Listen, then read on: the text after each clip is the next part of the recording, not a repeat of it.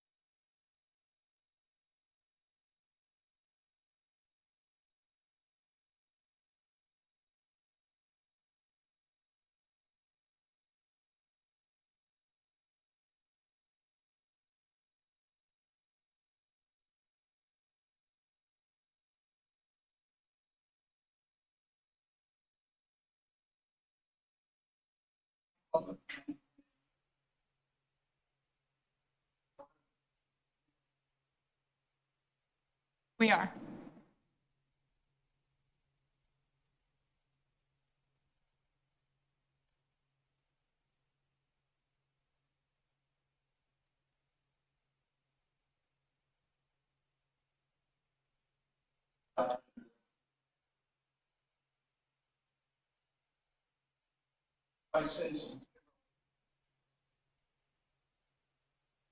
Yes, we've got several.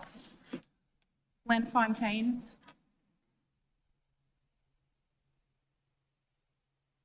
Good morning. I'm in Patsy Dryson. Good morning. I'm here to talk about a project that is a win-win-win, and that is the Islander mixed-use project, which I believe will beautify and benefit the town using zero tax dollars by converting existing dilapidated buildings into useful, revitalized spaces. Number two, it will provide Islander housing, again, using zero tax dollars. where the employer is able to offer housing at a nominal cost. More importantly, the employer will manage it with no government involvement, meaning that Islander housing will be a condition of employment. When the employee leaves the company, he leaves the apartment. Number three, it will protect the town's $20 million investment in USCB, again, using zero tax dollars. The university is currently operating at 10% capacity because it has no dormitories. This project will increase enrollment at USCB by providing dorms free of charge, only requesting shared parking in return, even though it may very well be the new students using that shared parking. And a side note, many of these students will also be part of the workforce, but living in a dorm, therefore freeing up housing space for yet other hospitality employees. The Highlander Housing Project has support from town residents, local hotels, restaurants, Chamber of Commerce, and USCB. To me, that's a triple win. Thank you. Sherry Mikert.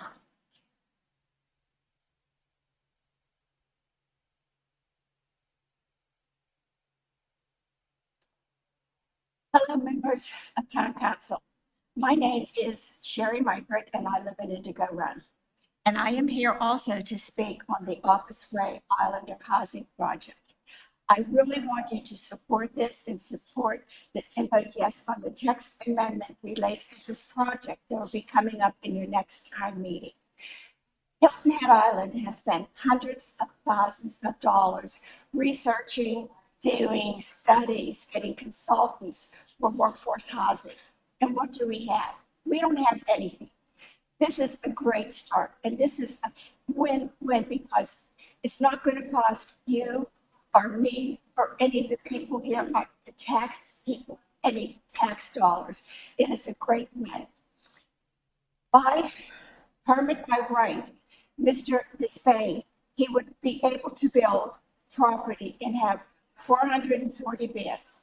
But instead, he decided to listen to the worker businesses. The businesses said they wanted to keep it family friendly, to make it into 1, 2, 3 bedrooms to have the family there. Isn't that what Hilton Head Island is? Family friendly community service. So he took it down from the 440 to 292. I think that is a great, that was the benefit, but that is, he really gave in to what the people of Hilton Head and the employers wanted. Also with the community of University of South Carolina, they are happy to have these dormitories built for their students. There haven't been anything, so we have been seeing all this traffic coming across our island daily from the students going to the University of South Carolina down there. Now, they're going to be staying in the dorm. They're not going to have to go and drive onto our island, beyond our bridge, beyond 278. And the same thing with the workers. I understand that the employers who have signed on, the businesses, said that they would provide transportation. I think it's a win-win-win that we should not pass up. It's going to decrease traffic, it's going to improve our island, and it's great for the community. And I want to thank you for allowing me to speak today. Fred Gallup. Fred Gallup.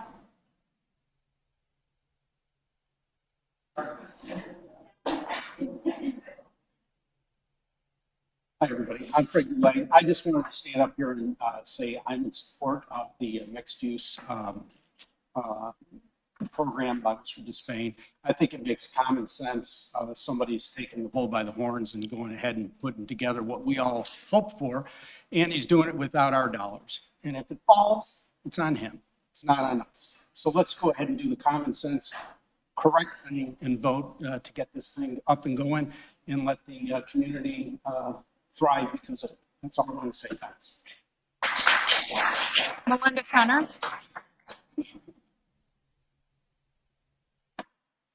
Good morning. My name is Melinda Tunner, and I live at 20 Lenox Lane in Palmetto Hall. I am here this morning to ask for your support for the text amendment at the town council meeting on Tuesday. Text amendment would help the development of an area that many have called at a minimum an eyesore. How would the island benefit? Number one, dormitories. Currently, the $20 million investment in the USBC campus is not being fully realized. Students are choosing to attend off-island campuses, which has resulted in only a 10% utilization. Dormitories would provide a strong incentive to study and work on the island. Number two, workforce housing. Local businesses are stepping up by investing and signing letters of intent for long-term leases for units for their employees. Names like Surge Restaurant Group, Shore Beach Services, Beach House Resort, and Brown Dog. This puts the management of the workforce leases with the employers and not the town. Number three, the design. It encourages walking and biking to school and work, which lives into our vision. And number four, no taxpayer dollars. This project is funded by the developer. I know that this committee and town staff have been working very hard to define the guardrails through the text amendment process to ensure a mutually successful design. You know, there have been a lot of press releases over the last 3 months regarding land purchases by the town totaling $15.3 million. Wouldn't it be great to have a press release that said the town is supporting the building of dorms, to support the USBC's future, to support workforce housing, and the redevelopment of land that is an eyesore? And the best part, no taxpayer dollars were spent. Please vote yes on Tuesday. Sherry Norris. Sherry Norris. Angie Hutchins.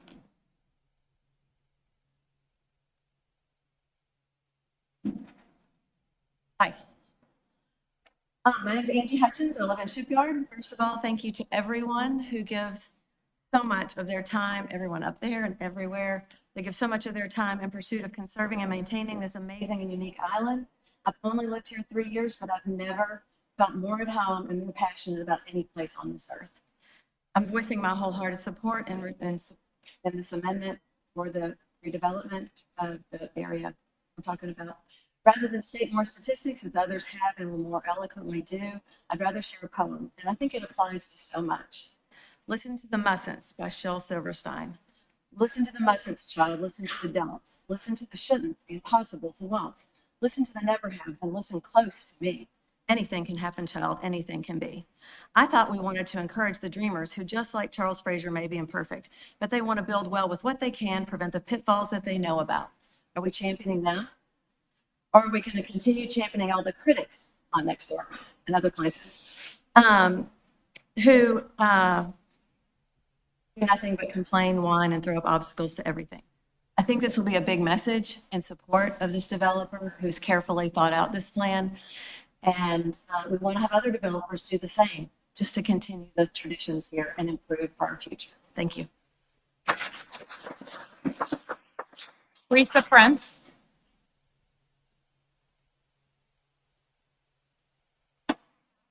Good morning, I'm Risa Prince, and I'm here to talk about the Islanders mixed-use zoning proposal also. It's easy to look at this project superficially as benefiting the public. It offers some workforce housing and dorm rooms with no town cash. But what I'm asking you today to do is dig a little deeper before next week's vote. While the town isn't being asked for cash, this spot zoning is a cash equivalent, simply another form of public-private partnership. The bottom line needs to be, are the taxpayers getting enough in exchange for this zoning density and parking gift? As the project is currently proposed, there are some below market rate apartments, but only guaranteed for 10 years compared to your desired 30. And at the pledged 130% AMI, a 2-bedroom apartment would rent for more than $4,000 per month, which is higher than the market rate apartments at Waterwalk and Aquaterra. As for shared use parking, be aware that most of the parking will be used by the new residents 100% of the time. No sharing there. What have you learned from the experience with Aquaterra that can be applied to the evaluation of this proposal? How will you ensure that the promised Hilton Head Island worker housing units, insignificant traffic increase, and no stormwater drainage problems are delivered? And if the promised results aren't there, how will the taxpayers be compensated? Beyond this project alone, what will this spot zoning allow other nearby properties to build? Will this set a precedent for other developers to ask for some similarly beneficial zoning, like was done for Aquaterra and the former Port Royal Tennis Club on Folly Field? We all know the developer will financially benefit from this spot zoning. For those of you who pledge to not repeat the Aquaterra mistake, please think carefully before you vote. Your final decision be whether your comfort that the developer's promised public benefits has enough margin of error to avoid becoming yet another project on the town's planning failure list. Thank you. Val-Dan Lee.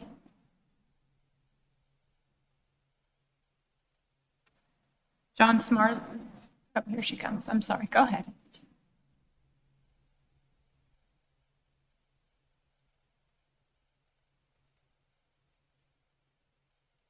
Good morning. As a well-informed resident, I urge you to vote yes to the Islander mixed-use tax amendment for the following reasons. First, as stated in our plan, the town encourages innovative approaches to address housing affordability. It calls for the town to continue to assess development standards and building codes to foster private sector development of needed and diverse obtainable housing options. Clearly, the Office Way project presents an attainable option to fill the town's vision. Second, the proposal for a tax amendment was in response to local employers' desire for long-term, family-friendly 2 to 4 bedroom units. Compared to the existing Sea Pine Circle mixed-use conditions as permitted by right, the new use actually reduces the number of bedrooms for occupants per unit. In addition, the tax amendment mandates features that don't exist in current Sea Pine Circle district land use, such as minimum unit size of 750 square feet, minimum average setback of 35 feet, and shared parking by providing student housing, all of which serve as guardrails to curtail excessive capacity and limit the ability for others to replicate. Last but not least, the Island mixed use offers a new private-public partnership model. It is a private investment without using taxpayer dollars. It has direct long-term leases with employers, and it maintains higher design standards without adverse impact on the island's natural beauty. I recognize some council members' desire, as well as Ms. Prince, for workforce housing with a 30-year commitment at below market pricing. However, good intentions cannot defy the laws of economics. The Office Way project balances rhetoric with reality to meet the town's urgent need for essential service employees' housing with a shovel-ready plan, and potentially helps transform USCB into a research center for hospitality management, resort development, and environmental studies. Almost a decade ago, a wise man warned, we just ain't going to be able to house the tens of thousands of employees we need on a small island. That wise man was Council Member David Ames. By supporting the tax amendment associated with the Office Way project, the town government can focus on addressing the real causes of labor shortages and housing affordability on the island. Please vote yes to the tax amendment on July 18. Thank you. John Smarsley.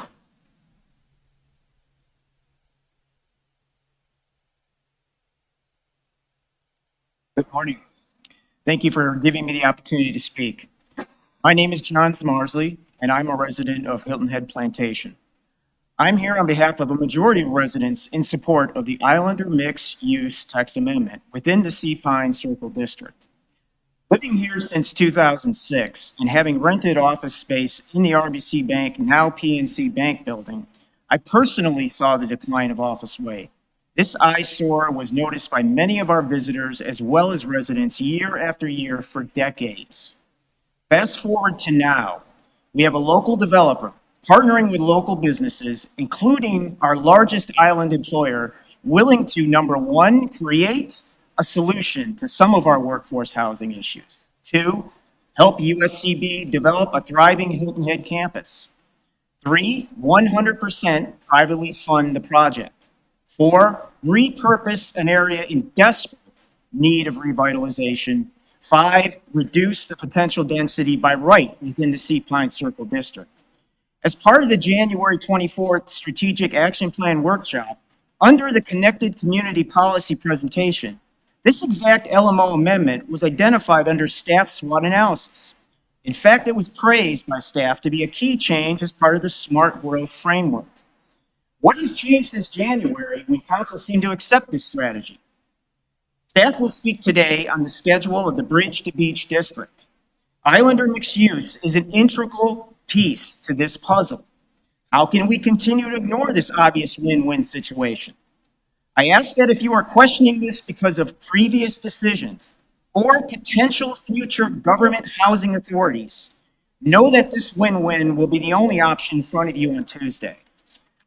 There is no solution that will solve the entire problem, but this is a great start. You have locals who want to create a solution using their own money, who care about revitalizing our island and making changes for the well-being of Hilton Head.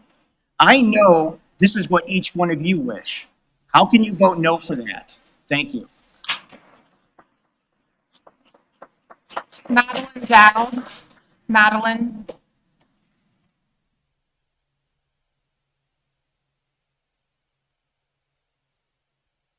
Good morning. My name is Madeline Dad. I'm a resident of Sea Pines. The need for workforce housing is currently a top issue. The demand for senior housing is projected to increase, and the need for more diverse housing options to meet generational and professional needs is also important. Town should continue to assess development standards and building codes to foster private sector development of needed and diverse, obtainable housing options. New and redeveloped housing should maintain or enhance the character of the island. If it is in our plan to foster private sector development, why has this project been stalled for more than 2 years? Number one, this is a privately funded project, and number two, it revitalizes and enhances what is an eyesore at the Sea Pines Circle. As a Sea Pines resident, I support this project and ask that the town council do the same. Thank you. Adam Lipson. Adam Lipson. Megan Fitzpatrick.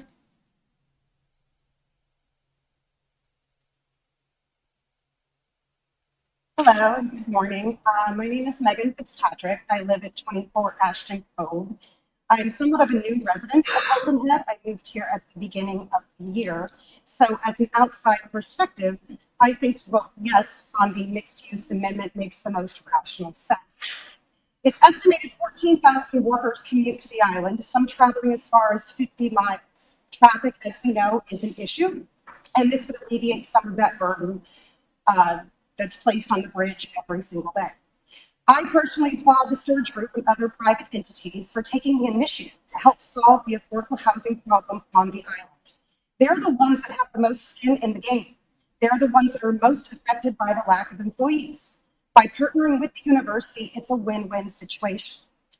Surge has invested $1 million to lock in long-term rental units. 7 local employers signed long-term lease letters of intent, and the university signed a letter of intent for shared parking agreement.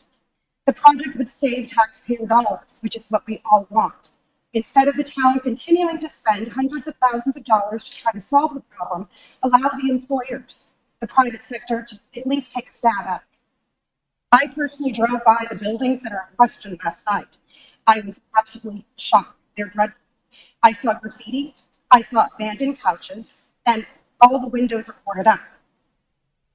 This is an absolute eyesore, and we know it's not indicative of this community.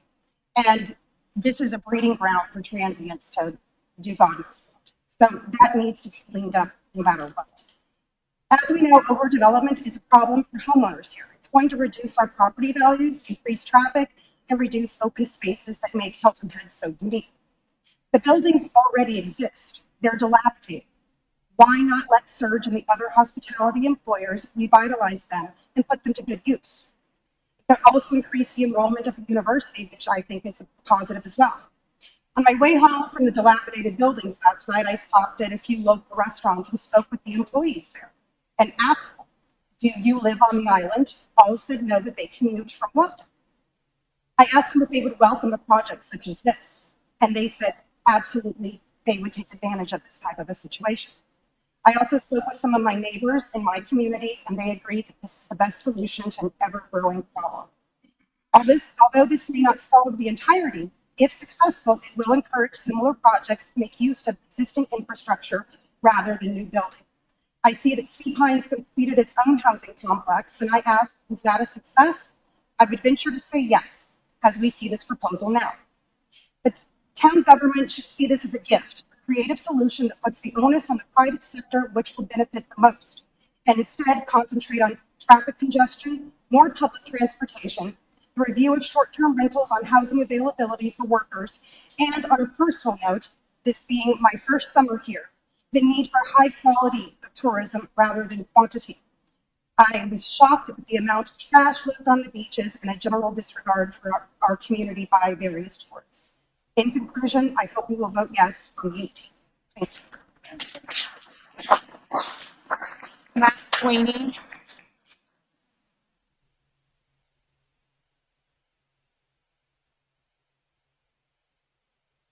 Morning. I'm making comments today about the proposed text amendment to the Sea Pines District. They allow for housing specifically requested by a dozen or more employers for their essential employees and will permit student dormitories that Chancellor Panu has documented and come before you to say will help USCB to be successful. As a taxpayer, I value a housing initiative that doesn't cost the taxpayers a dime. And on that topic of value, Milton Friedman described 4 ways to spend money. Number 1, you can spend your own money on yourself. This is by far the most efficient way to spend because you always seek the highest value, and it's how we choose restaurants and other services on the island. Number 2, you can spend your own money on someone else. This is the second most efficient way to spend because you'll still seek value and you'll make sure you don't spend too much money. This is the mindset employers will use to rent apartments for their employees, who are someone else, but are people the employers know very well. Number 3, you can spend somebody else's money on yourself. I'd like to know how to do that. It sounds great.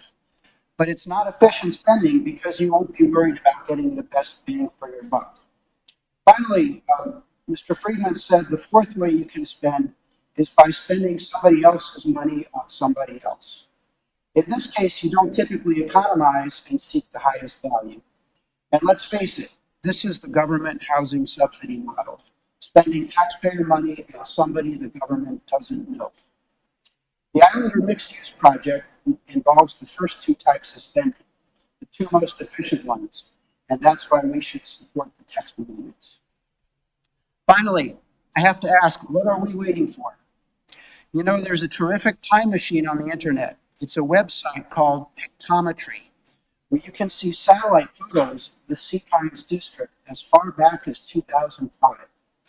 The resolution is very good, and if you zoom in on the February 2011 photos, you can see the very same empty parking lot and the very same plywood on the windows of the number 12 Office Way building. Those are the same, that's the same plywood that you can see on the door and window today.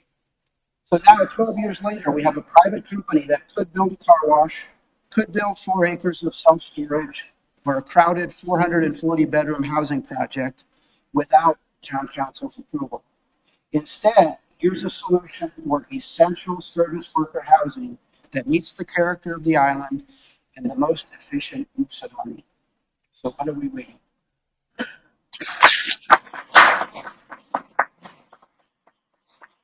Sherry Norris.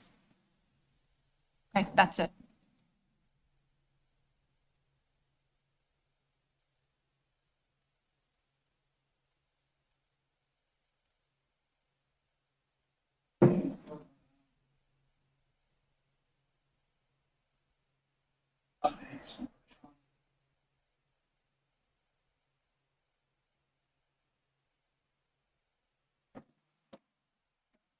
Morning, Mr. Chairman, committee members, all members of the public.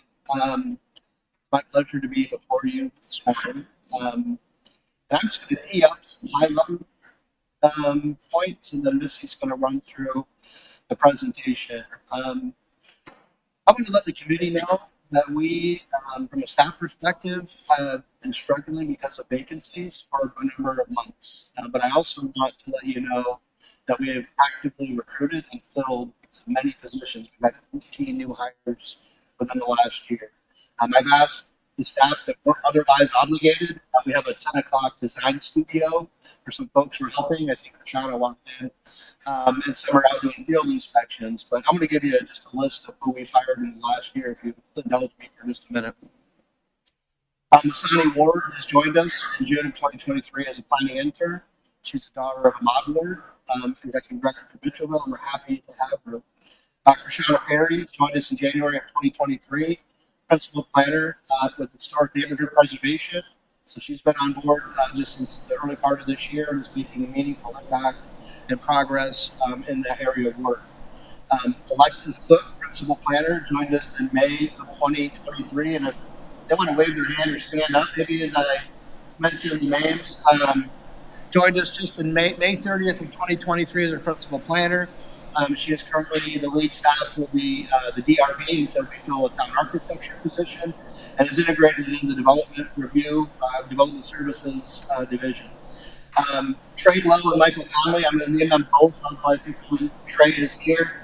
They joined us. They just had their 1-year anniversary, and they are a great team. We call them the Dependables. They've been here 1 year. They're committed. They're active. They're engaged. They really care about the work they do, just like the rest of the team.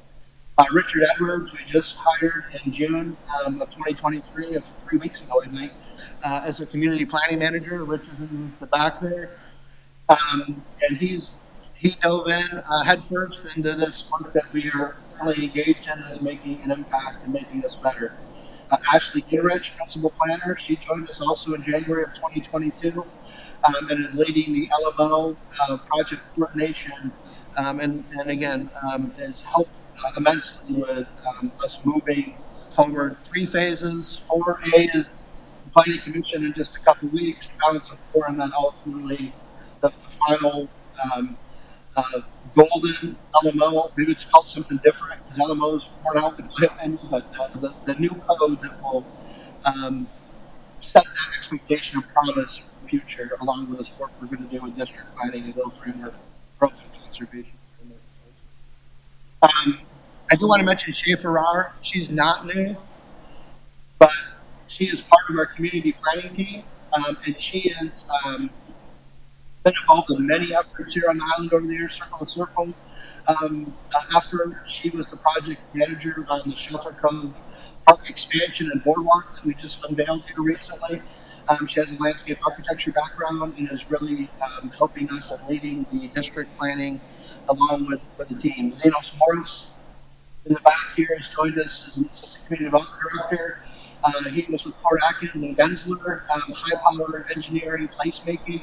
And you'll see a lot of the quality and the improvements as we go through the presentation, especially with the conservation and growth framework map. There's a series now. It tells a story rather than that just the basic plan that we talked to you earlier. And a lot of that is because Zenos is influencing with great perspective and making us better. Katie Kabala, our customer service manager, in the back here, and Jocelyn Dasco. Katie, Zenos started in November of 2022. I also have another assistant, Brian McElwee, not in the planning side as much. Started in November of 2022 as well, but he's at a conference today and couldn't join us.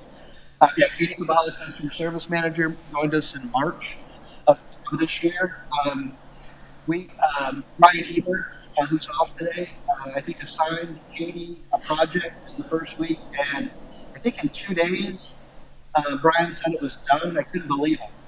And then I asked, did you come in where we didn't even know you were here? She completed it and is really making great strides in our customer service and our improvements, application processing, and serving the public. Then Jocelyn Tasbill just joined us up front in the customer service section. Joined us in June 2023, late June 2023. a couple others. Yasmin Winston Black joined me. She was my community development coordinator. She's actually taken out another job in the department, application and performance manager, and have an offer out to fill that position as coordinator. And I'm hopeful that we'll have someone on board here in just a few weeks. Nick DeVarientos, who's hired in 2022, has really provided a lot of support to the department and then across the organization. Has provided a lot of support to Ben Brown and North Point. Do a lot of research on that, as well as home safe and repair lateral sewer connection.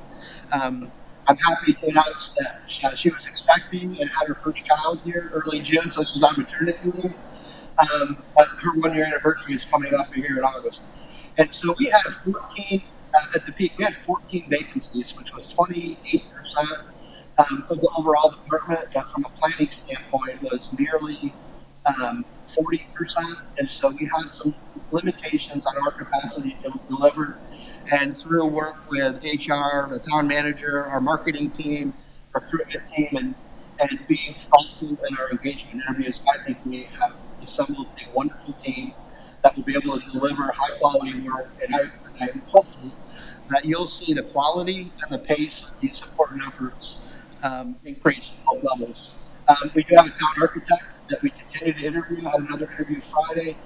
We are trying to find the right person to help us with the built environment to serve the DRB and help there. And workforce housing program manager, as you know, we have been recruiting for some time.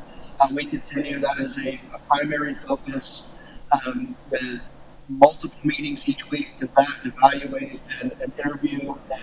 And we've got everyone, all hands on deck to try to find the right person there.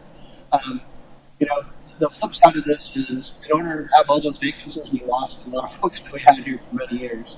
So I don't want to dwell on the fact that we hit a gap. I want to focus on positivity and that we are ready and able and confident in the work that we are doing, presenting to you.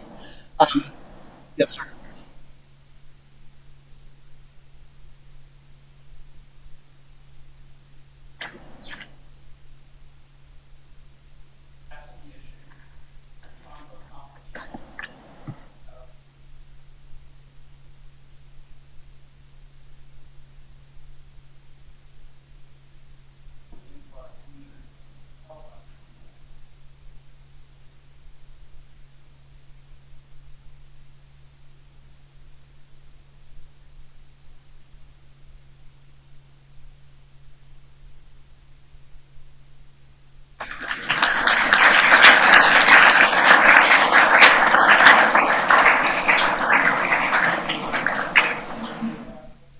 Is Mike? Oh. Is your mic on? I'll speak about it. Okay.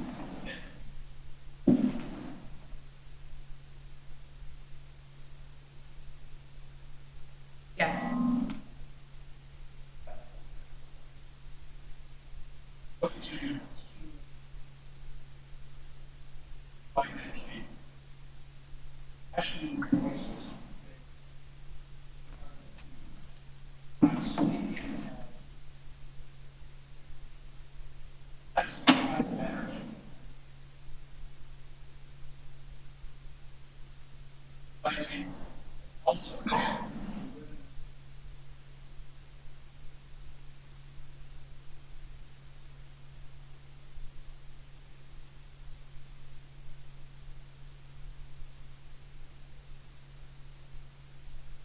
Yes, sir. And I do want to echo that there is new energy, creativity, collaboration, communication.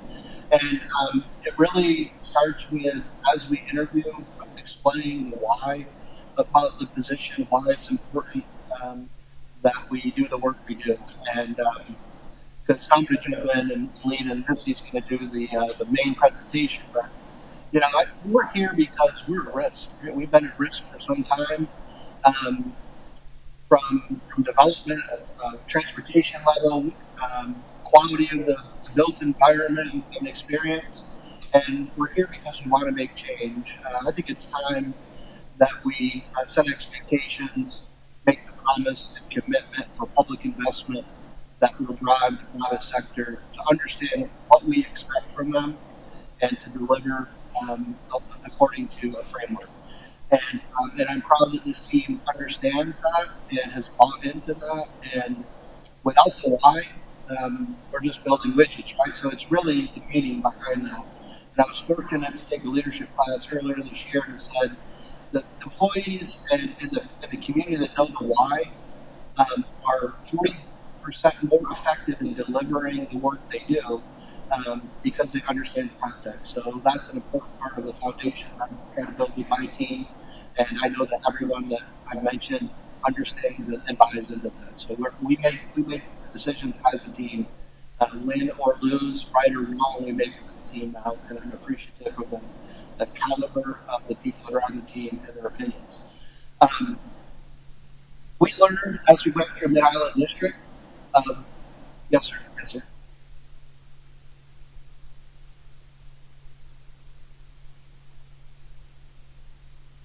We'll release them. Yes, sir. Let's go ahead and release them. Now, there are a few that need to stay as they're part of the specific team. They're all waving, like, hey. So, yeah. Yeah, we have a lot of work to do, and I'm sure that they have other obligations. But anyway, thank you for indulging me for a few minutes. Just another 60 seconds, and I'll turn it over to Missy. We have moved. We know we're at risk. We know that there's areas that are under pressure. We moved through some phases of the LMO, some incremental adjustments, and I think it's provided some relief, but not all the relief we need. We learned from Mid-Island District of ways to go about district planning.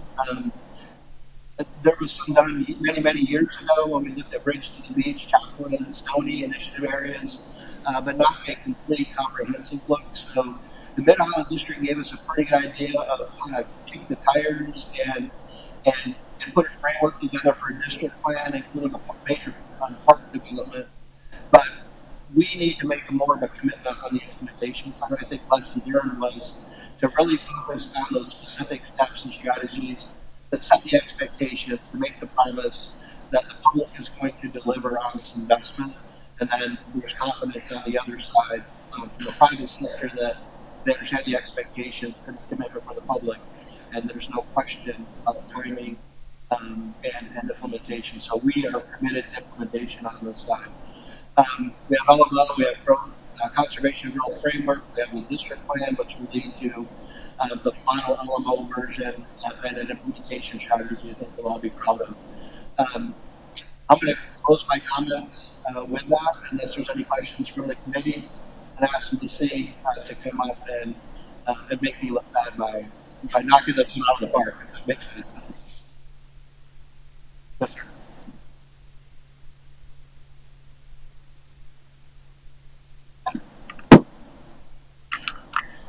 Good morning. Thank you, Sean. I'm really happy that you were able to meet our team that we've been assembling, and we're really excited with everyone's contributions, especially to the important work that we're going to talk about today. Certainly with this work, we do work with the consultant team as well. On the LMO project, we have a team called ZoneCo that we work with, and then on the district planning, we're working with MPSK and Gensler. Along with the dynamic team that you just met behind us. This update is mainly on where we are currently with the LMO project update, but mainly on the prioritization and timing of district planning, as well as the delivery of the draft Bush's district plan. So I know there are some in the audience that are really looking forward to hearing about their plan and what it says. So we're going to start with the LMO amendments plan updates. Obviously, phase 1, 2, and 3 have already been approved. I'm not going to go over the details of those phases, but all of the LMO amendment plan, just to back up, is implementation of the assessment that we did on and critical review of our code by the consultant team, and is also a strategic action item that we're implementing. And all of the amendments really work to bring our current code more into alignment with our comprehensive plan, and then also as a result of the district planning to bring them into alignment of those recommendations from growth framework and district planning. So the 4A set, which is for floor area ratio and parking, will be coming to the planning commission on July 27th for a public hearing. So stay tuned for that. Phase 4 content is in development and review, and we are working to deliver that as well, coming in right behind the 4A public review cycle.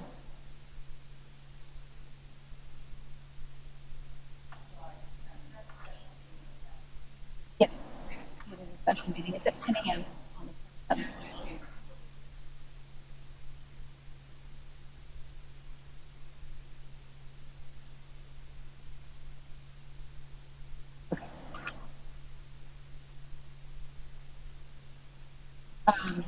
Phase 5 RFQ has been issued. Phase 5, so that was issued, it's out, it was issued on and opened on June 26th.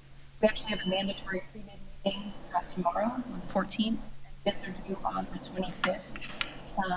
We have a list of 20 firms who have downloaded the RFQ to date as of yesterday. And in addition to the regular invitation process that our procurement team does, they also sent it to additional 17 firms. And then we've had some social media promotion of the RFQ online. The scope of the Phase 5 plan is a comprehensive review and an overall rewrite of the code. It'll include process improvements, applications manual, sustainable development incentives, of course, design, graphics and improvements in that regard, and then also alignment with district planning initiative. And as far as schedule goes, for the 4A cycle, the public review cycle starts again on the July 27th with the Planning Commission. We anticipate coming to this body in August. And then on to town council for 2 readings. Again, the Phase 4 set is coming in right behind. We anticipate going to the Planning Commission for a public hearing in September, and then public planning committee and town council following. Of course, the balance of Phase 5 is going to occur after the full district planning process is complete, and we'll show that potentially occurring in the second quarter of 2024.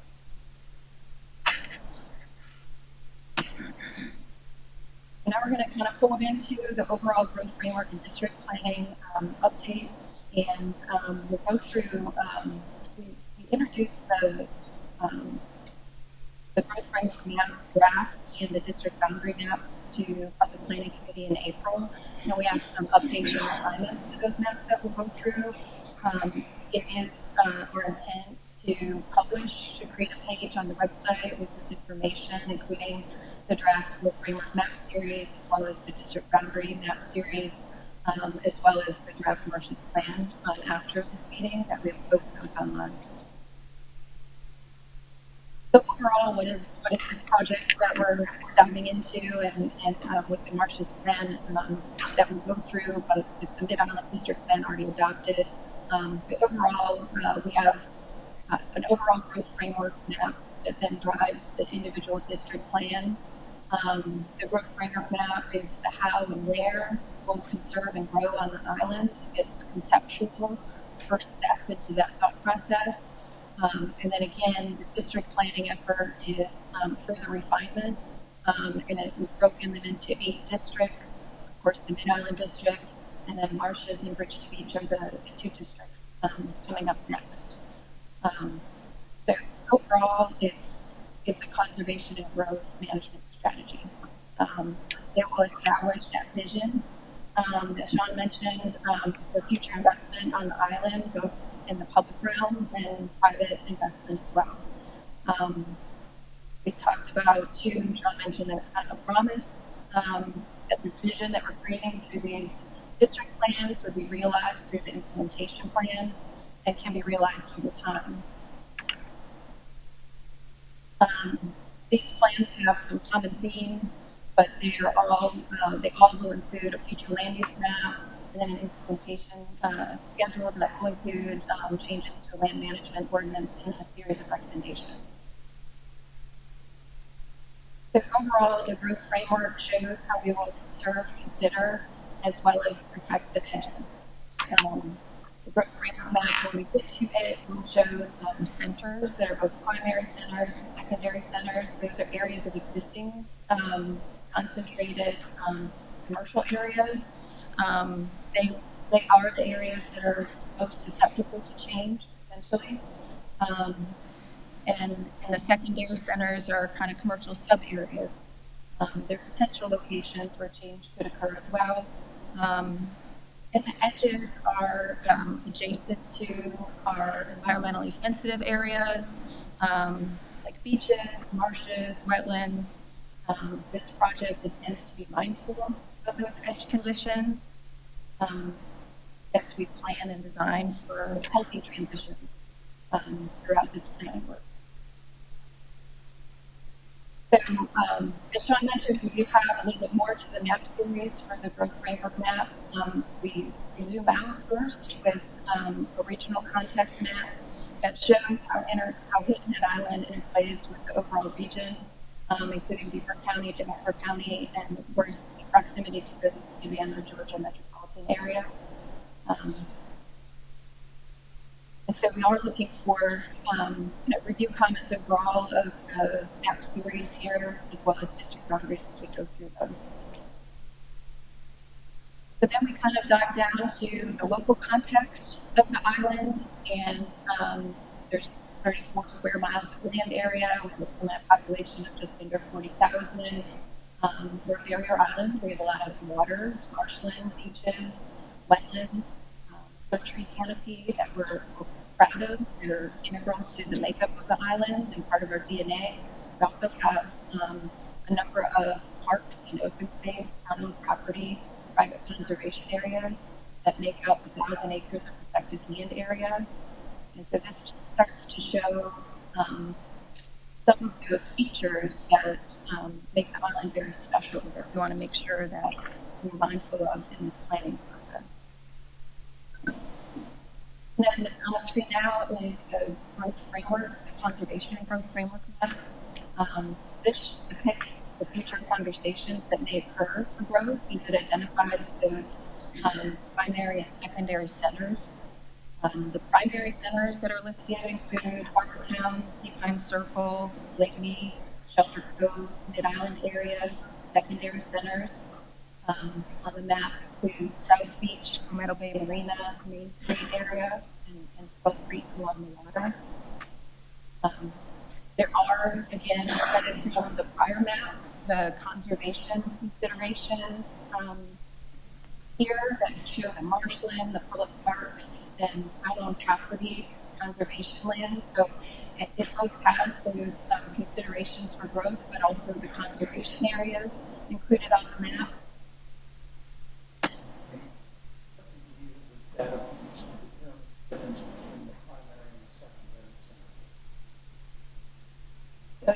They were basically on the overall intensity of those areas, and it wasn't necessarily commercial square footage, but it was it had to do with the amount of businesses within the area, the reach that they had, or the pull for how many businesses were in the area. Sure. Yes, we will provide some metrics for those definitions.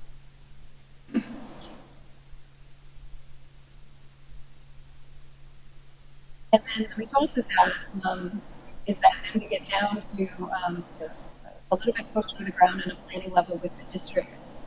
So that growth framework, conservation and growth framework map is a little bit higher level, and then we're going to dive into more detail in the districts maps. And again, there are 8 districts in the district map series, and we'll go through each of these one by one, but the districts include Marshes, Skull Creek, Main Street, Mid-Island, Chaplin, Parkway, West Beach, Bridge to Beach. So these districts are all of the areas that are exclusive of our planned development communities. We have, so it excludes those 11 largest communities. So Grant Plantation, Palmetto Hall, Fort Royal, Indigo Run, Spanish Wells, Wexford, Long Cove, Palmetto Dunes, Leamington, Shipyard, and Sea Pines are not included within these planning districts. The Marshes District we're going to focus on in the balance of the presentation today. Its boundaries are really governed by Jarvis Creek to the north, Broad Creek to the south, Ross Island Parkway bisects it. It's inclusive of 5 historic neighborhoods and other commonalities that we'll talk about a little bit more within the Marshes District Plan. Can I just make back on the previous slide? I want to just make a point. You mentioned that this is exclusive, does not include any of the PUD areas. So that's interesting and good. But I do want to point out and highlight that all of the other areas on the island have residential neighborhoods, have expectations as well. And so as we're looking at these district plans that will provide recommendations, I'm sure, of changes, it's important to realize that those residents need to pay attention and be heard, because when we start looking at things like this that will change what they expect in their neighborhoods, in their property, that we're not interfering with them, just like we would not interfere with the PUDs. So that balance, I understand more happens outside of the PUDs, but we can't lose sight of the fact that those areas have developed now into residential neighborhoods with expectations. And I'm going to be extremely cognizant of making sure that we're not stepping on those expectations of the residents in these neighborhoods. So I just wanted to make sure that that was really clear, that that's where I'm coming in on this, is the protection of the residents first, as we look at what changes might make sense for, I'm going to focus not on the growth, but on the conservation of the island's neighborhoods. Really good, thank you. And we do encourage public engagement, public comment, feedback at any point in the process, even if it's not related to the Marshes plan that we're discussing today. So thank you. The Skull Creek District has Skull Creek, of course, to the west. It has some land on Jenkins Island. It's bordered by Hilton Head Plantation to the north, the public school campus to the west. There are some properties that are south of William Hilton Parkway. It does include the Coastal Discovery Museum within the district boundaries. Main Street District here, it of course runs through the Main Street area. It does include Jarvis Park. The Hilton Head School campus is within this district. Again, Hilton Head Plantation is to the north, Indigo Run to the south. The Hilton Head Hospital complex is in the northeastern extent of the district boundary. Missy, on that one, you and I have had a conversation regarding one specific area, the old Mercedes site. So that I'm just saying that's something that I think ought to be looked at as the rationale why it's excluded from this. It is included within the Mid-Island District boundary, which was the plan that was approved and adopted, but certainly we can adjust those boundaries. But it was included within the Mid-Island District boundary, which we did not alter as we created the boundaries for the remaining 7. But we certainly can make an adjustment to the I would say that it's more contiguous to, because of roads and similar uses, to be in the Main Street area than. I agree with that. We certainly can make some adjustments to the Mid-Island District as well. As folks hear the suggestions that come from council, we're also listening for input and feedback from the public, because these are the districts, these are the plans for their island, and if they see something, please speak up so that their voices are heard and considered for how this ultimately comes together and gets implemented. We will have public comment at the end of this. The Mid-Island district boundaries are set by, to the south, it's Broad Creek. To the west, it's Beach City Road. To the east, it's Port Royal Plantation. Of course, the Hilton Head Airport is in the center of the district. And to the north, there's historic Mitchellville Freedom Park, Barker Field, Fish Hall, and the Port Royal Sound. So the Chaplin District boundaries, Broad Creek is to the west, the Atlantic Ocean to the east, Palmetto Dunes to the south. The district contains several parks, Chaplin Park. It has Burke's Beach access, Dreesen, Polyfield, and Islanders Beach parks within the district. Parkway District includes 3.5 miles along William Hilton Parkway. To the north is Shelter Cove Lane. To the south is Arrow Road and the William Hilton Parkway intersection. It includes Town Hall, Shelter Cove Community Park, Shelter Cove. Missy, on that one, and you and I have had this conversation, but just for the rest of the PPC members, I'm making the suggestion that when you have a boundary that impacts, what am I trying to say? I'm sorry. If you look at the Shelter Cove area, the shopping center in Shelter Cove, you'll see that the road is not included in the district. I'm making the suggestion that if a district is accessed by a road, then it should be within that district so that it is considered a part of any transportation plan or access issue. Thank you.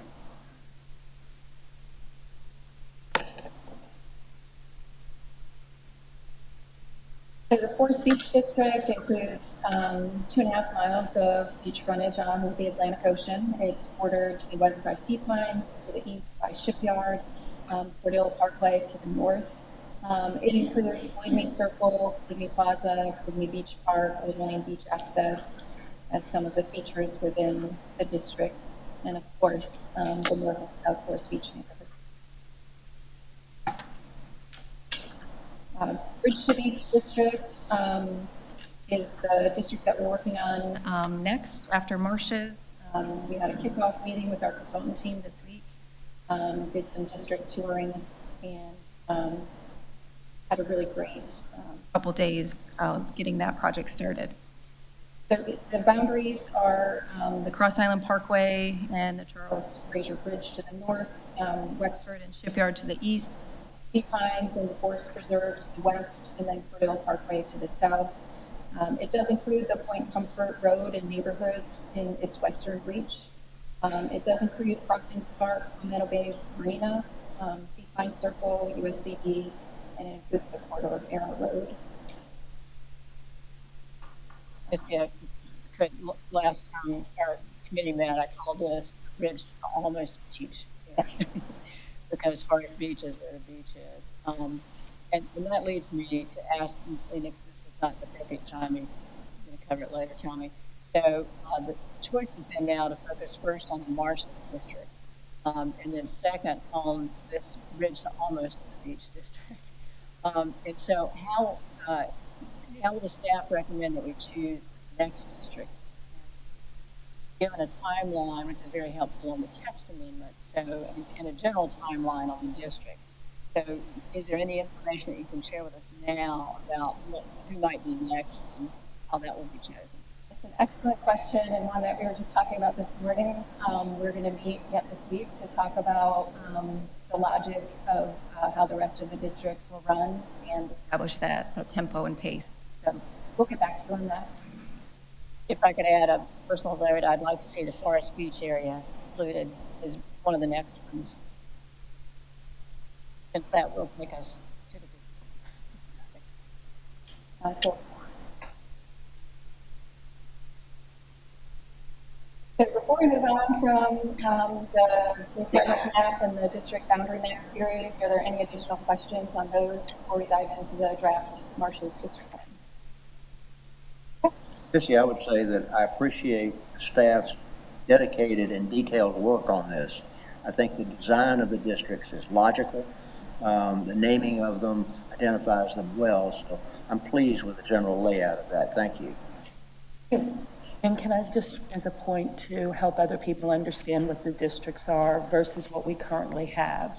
So the district plans are to take the place of our zoning map, correct? Or is there a crossover between the current zoning map that we have and how the district map plans fall into place? Well, each of the district plans will have a future land use map recommendation. And then as part of the implementation plan, as we implement or make changes to zoning districts to meet that future land use vision, that would be an implementation step. So yes, it could lead to changes to zoning, land use, and development on the parcel level. Because the district plans will present those recommendations for future land use, which might be at odds, since some of the district plans don't necessarily at all align with what the zones are across the island currently. So there'll be conflict there, and that'll be resolved in the favor of the district plan, correct? Or is that not, am I not getting that right? I just want to intricate myself, but I want other people to understand the impact of what these district plans mean in terms of what they're used to seeing and looking at and believing in with regard to how development happens on the. Thanks, Sean. I'm sorry, I must have complicated things. I told Missy I would minimize the times I come up because she does such a great job. So yeah, the information from the district planning will lead to what we call an island-wide master plan, a future land use map. I expect that our zoning scheme will change from what it is today to set the expectation and that promise of what we expect in the future. So yeah. I think that's important for the public to understand that transition that this is beginning.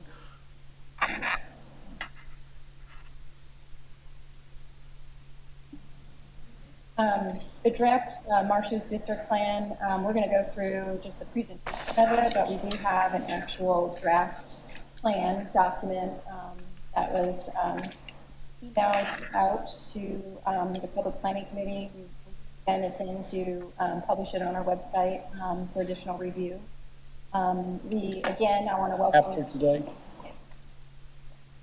And I want to reiterate, especially based on Ms. Becker's comments, that we welcome feedback, thoughts, comments throughout the process, and that we're also still on the staff side providing critical review comments related to these drafts. Again, this is our first take on this. It is very much still a draft, but it is moving us in the direction that I think the community is telling us to move into.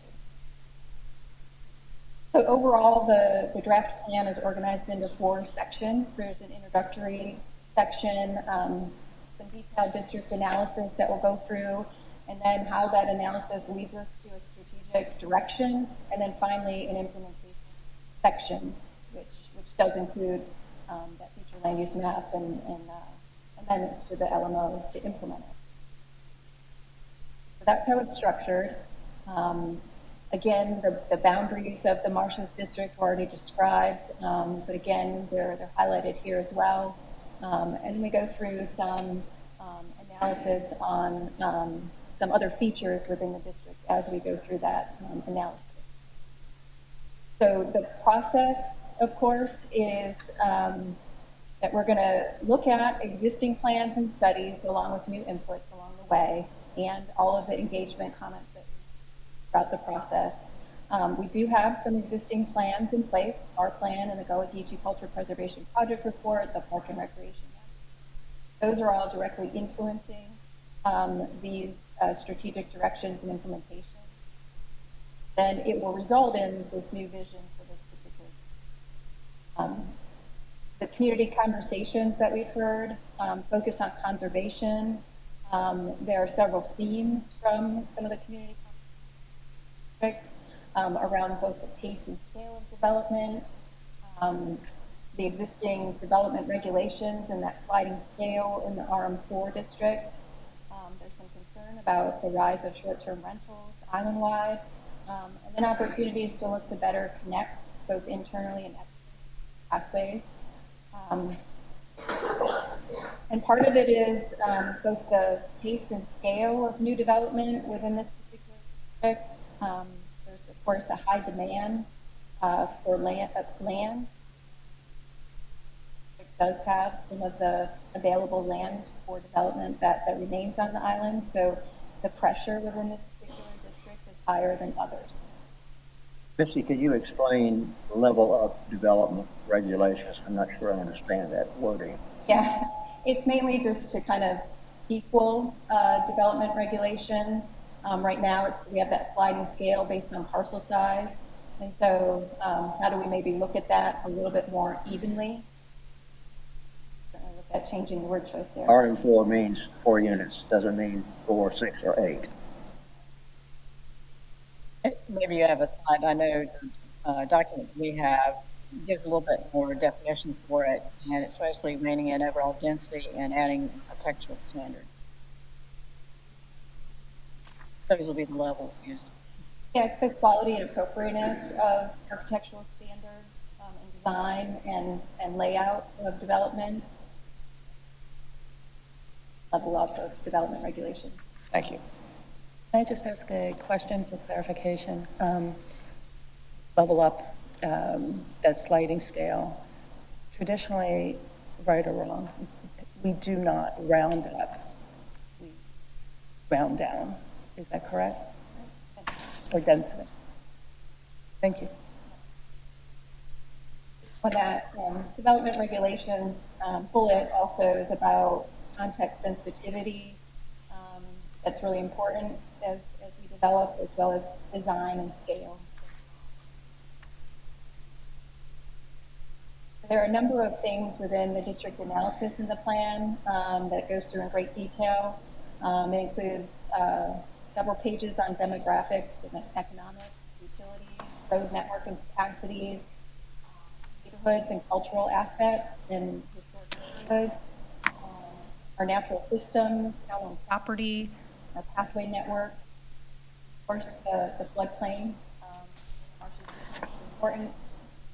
Highlights undeveloped and underutilized properties, our existing zoning, our existing land, general trends in development, residential development.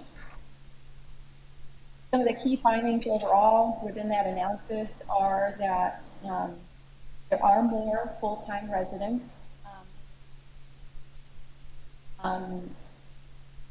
There are some jobs, which is small but important job base within this district. And then there's a mixture of housing stock. It mixes the oldest housing stock on the island with some of the newest housing stock on the island. Also, recent developments in home building have been built at higher intensities than some of the historic averages, meaning that some of the newest development is pushing that maximum entitlement allowed with that sliding scale, so up to 8 dwelling units per net acre. And there are, of course, vacant and underdeveloped properties that are significant factors for consideration for future development, character, and preservation within this. As far as public amenities, there's the House Creek Dock, the within this district that exist. There are other town-owned properties, and we'll get to some of that in the future. And the draft plan has a lot of information on demographics and economics. These are kind of pulled as the highlights. There are 2,400 full-time residents within this district. Its boundaries make up 6% of the total island population. Significantly, within this district, it's seen a population change of 25%. Among the highest of the population change, Parkway and Small Creek districts had a high population change that is noted. There are 953 households. There's an average of 2.5 households. It does have 700 full-time employees that work at the 89 registered businesses within the Island job share. And then as far as the housing unit chart here clearly on the screen, as far as the units that are built, there's 65% of the attached single family, 20% of those, 20% are mobile homes, 10% multifamily, and 5% are attached single family. And the chart that's on the screen shows the increase in housing units by year. The blue columns are the marshes balance of Hilton Head Island. I have a question, if I may, thanks. Of the 2,400 district full-time population, is there a further breakdown on that between ownership and rental? In the plan. So of the 900, so there's 953 occupied units. There's 1,113 those are occupied. They're owner occupied, 125 are renter occupied, and 100 are not occupied full time. So that could be second homes. Those also could be short term. For the first number, the 953 occupied, what does that mean? They're occupied by either a owner occupied or renter occupied, but full time residents. I was trying to get to the number that would be the renters in that total. Renters, 125 renter occupied units, or 11.2%. But renters are also included in that bigger number, the 953. Yes, so the owner occupied is 828. Okay, so that's the big one. Yes, that's on page 13. And the 89 total establishments where folks are working at, those are establishments within this district? Yes, that's correct. Do we have a number as to how many of those people work elsewhere on the island? Yes, there is on page 15, an inflow and outflow of workers. So it does explain that 36 individuals who live and work in the marshes, 590 who marshes but live outside, and 1,189. I think what I'm trying to get to, an understanding of how many of the residents within this district are living in what might be considered affordable housing options. Does have, we don't have it broken down that far, but the median home value within this district based on 2022 data for this particular thousand lower than the island-wide median. And we do have a statistic somewhere recently gathered that refers to just generally over the island what might be considered affordable housing that necessarily has nothing to do with the town or per se, but that total number of existing units. I believe we have the ability to break this down further and further break down what would be in housing data. I think we have the ability to do that. That would be an interesting, just generally, but also by district. Mr. Chair, Missy, I think the slide you have up there, or had up there, don't know if it is that one. And the text on page 12, specifically, the demographics of this district show why this was chosen as one of the ones to focus on first.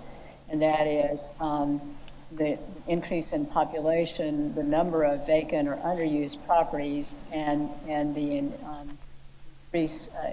increase of new building in the area. So creating additional pressure on this area from those things. And that's why this is chosen as the first focus of the districts. So I think it's helpful to know about why this one was chosen as the first.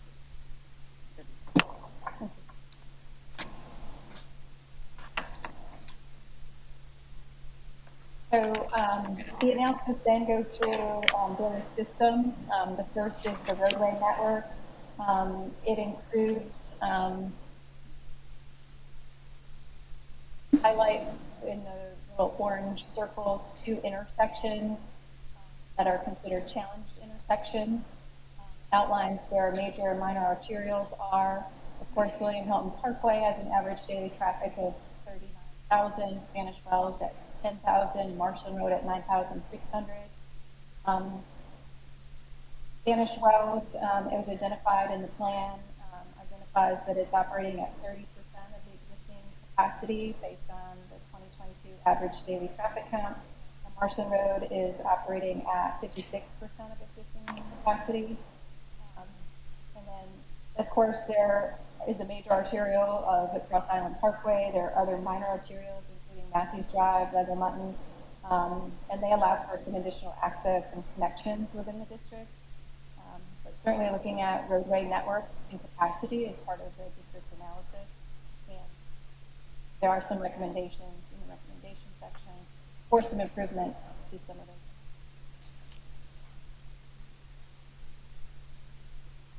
There are a number of historic and cultural assets within this district. This map mainly highlights the 5 historic neighborhoods on the island, made up of Jonesville, Jarvis, Old House Creek, Isles, and Gardner. There also are some additional cultural assets that include the Old House Creek Dock, the boat landing, Cemetery. Part of the logic for why the Marshes District wrapped around Marshland Road was because of the Spanish Wells neighborhood.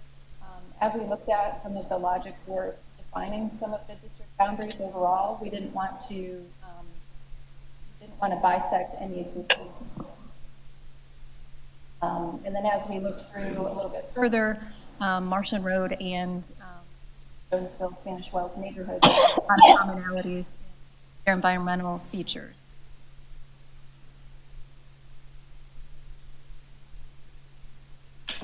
So the next strategic, Sorry, the interruption. On pages 16 and 17 of the draft we were given, I really applaud the look at the historic neighborhoods and note that historic neighborhoods make up roughly 83% of the land area within the Marshes District, one of the highest concentrated districts for historic neighborhoods. And I remember when we looked at the process for including input, I suggested that the Gullah Geechee Land and Cultural Preservation Task Force be involved in that. So I applaud the staff for paying attention to this area in the plan. I think it was very helpful. Have this item as a standing item on the Gullah Geechee Task Force agenda. So to continually give updates on where we're headed with progress in this initiative.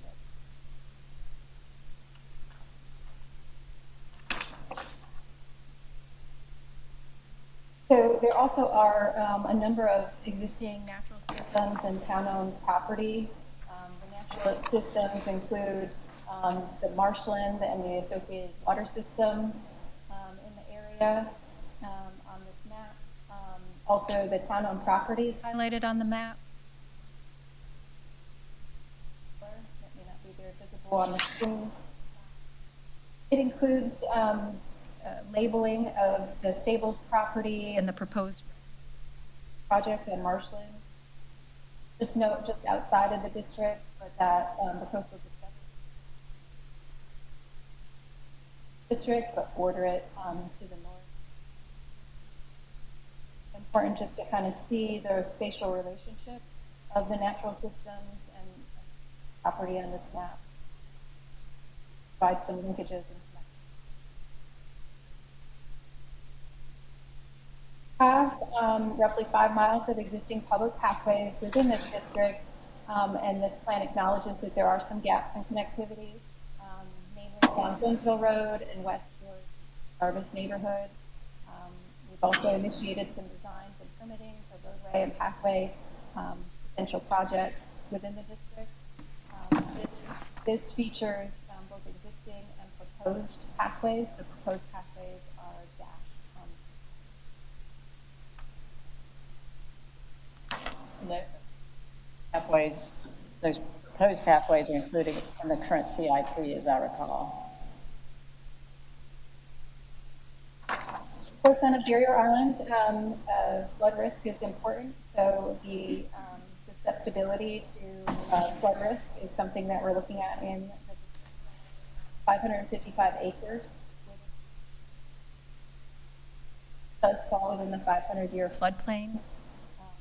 The 500-year floodplain is areas with a 0.2% or 1 in 500 chance.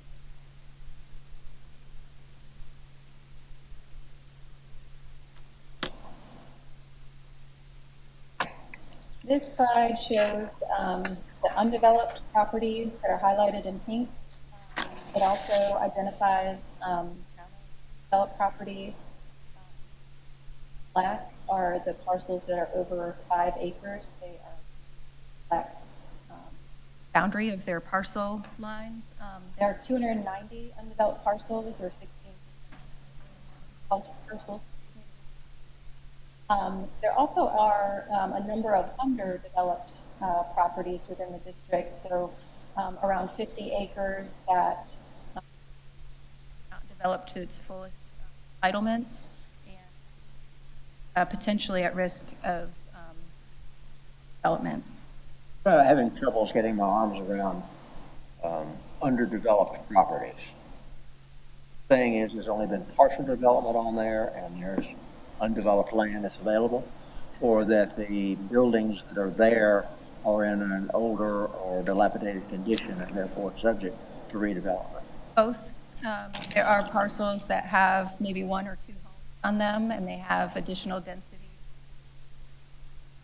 develop or add additional units to the property. Some of the housing stock on some of those developed parcels is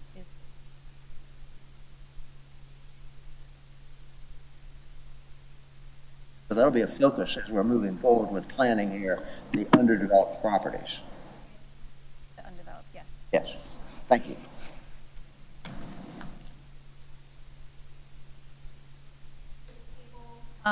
That does show the undeveloped parcels by size, so you can see how many parcels are over 5 acres, how many are 5, how many are under.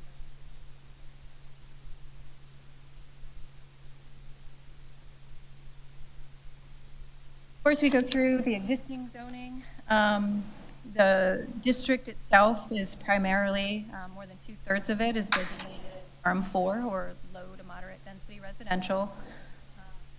There are other zoning. It includes some areas of waterfront mixed use, RM8 or moderate density.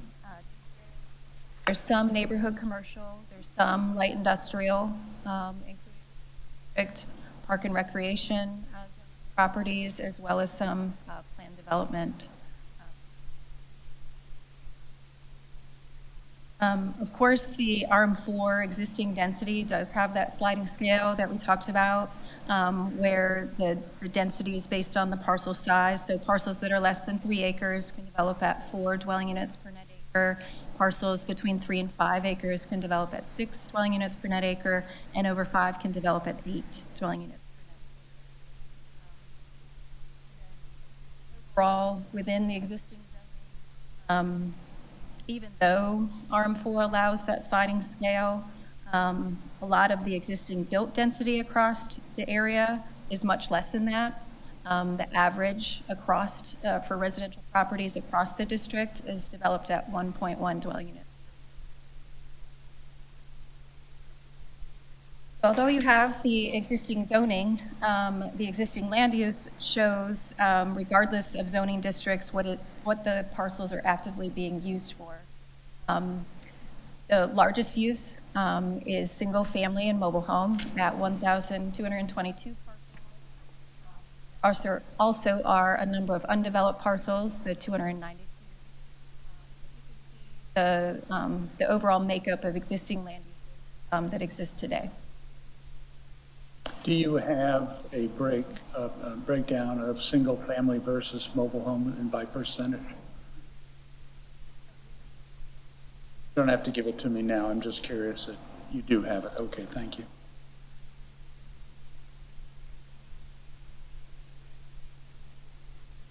And as I mentioned before, some of the existing development pattern is currently developed at around 1.1 dwelling unit per acre, just to kind of show the context of development overall throughout the district as it relates to development. You can see some of the existing development patterns that exist.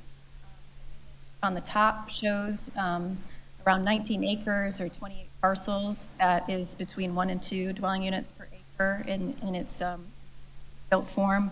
And the image below is 21 acres, 5 parcels that is developed at around 4 dwelling units per acre.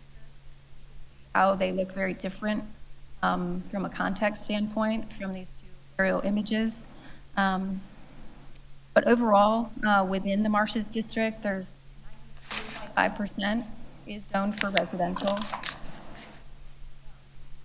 The context kind of pattern of development slide here that shows some of that historic development pattern or a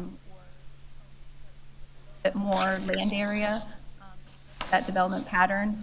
And then it shows what that sliding scale looks like on the ground, or there's a graphic to show what it could look like. It results in a little bit more of smaller lot size, less open space overall, and a more compact development pattern at those higher densities. This is where we're losing Hilton Head Island character, in my opinion. Can I ask a question just for information, clarification for me? On a single-family lot, are there standards for pervious versus impervious construction? What are those? Okay. Or 5. Okay. Whenever, not now. But if you will, just as the other questions have been asked, and we're going to get back to those answers, just make sure, if you will. And I know it's historic, you always do, but let us all have that information. Ms. Yal, so you're referring to historically, so is that like pre-2020 or is it pre-2022? Or when you say historic, I understand what you're talking about from a planning perspective, but give us a date context if you could. Going back to what exists on the ground, certainly more of the recent developments have been at the higher densities that are allowed within ARM4. And really that's a combination of the high cost of land, work from a pro forma standpoint. But it is the context of the development, certainly is a pattern of development that has been built historically.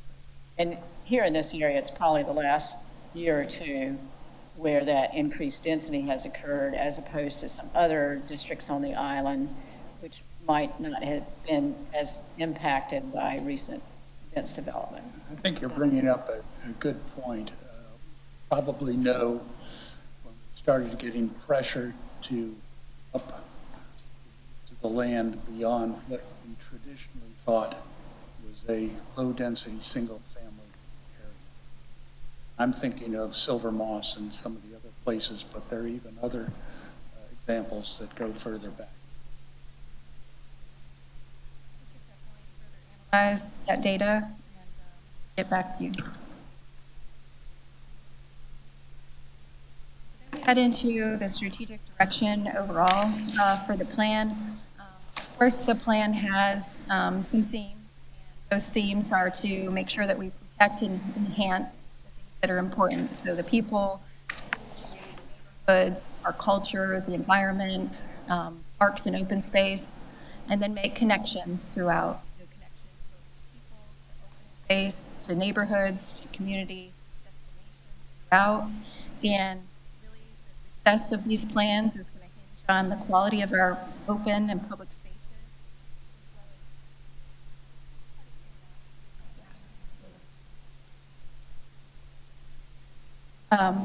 And also including the protection, again, of those edge conditions.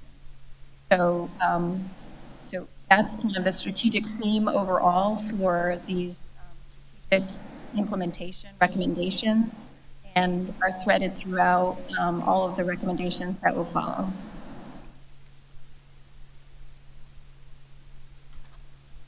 So it leads first with a conservation and investment concept diagram.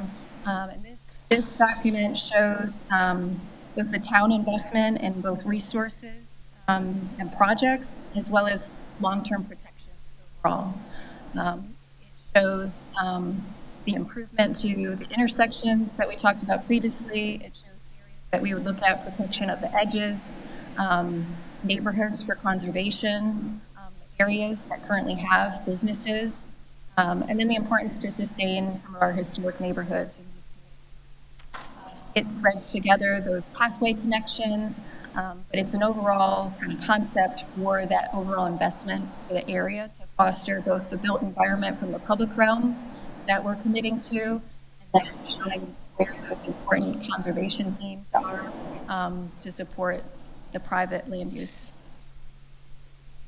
I don't know when it's appropriate to ask the question, but I'll do it right here because this is suggesting some future investment. I think access to water, regardless of where you are on the island, is important. Yes. And access to recreation, to pathways, to water. All of it is very important and certainly is part of the fabric of Hilton Head, I think.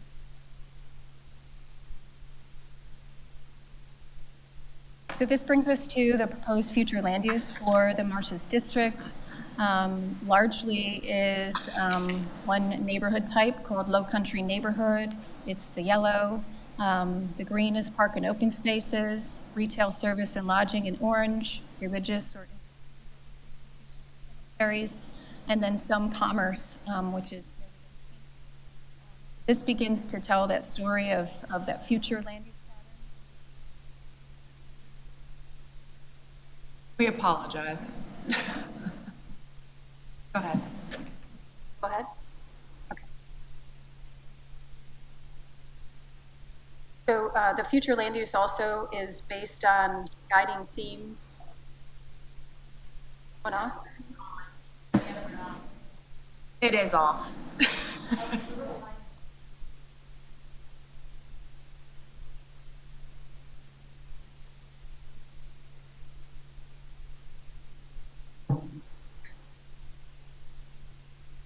So it's really based on the guiding themes for protection and connections and access.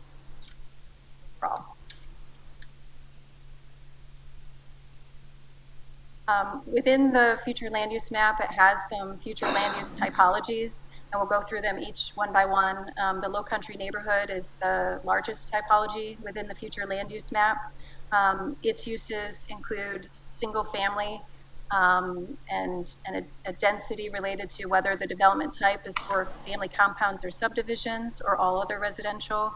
So the density recommendation is 6 dwelling units per net acre for family compounds and subdivisions, and for all other residential at 4 dwelling units per net acre or less, a height of between 1 to 2 stories or 35 feet, with some flexibility in site design for family compounds and subdivisions.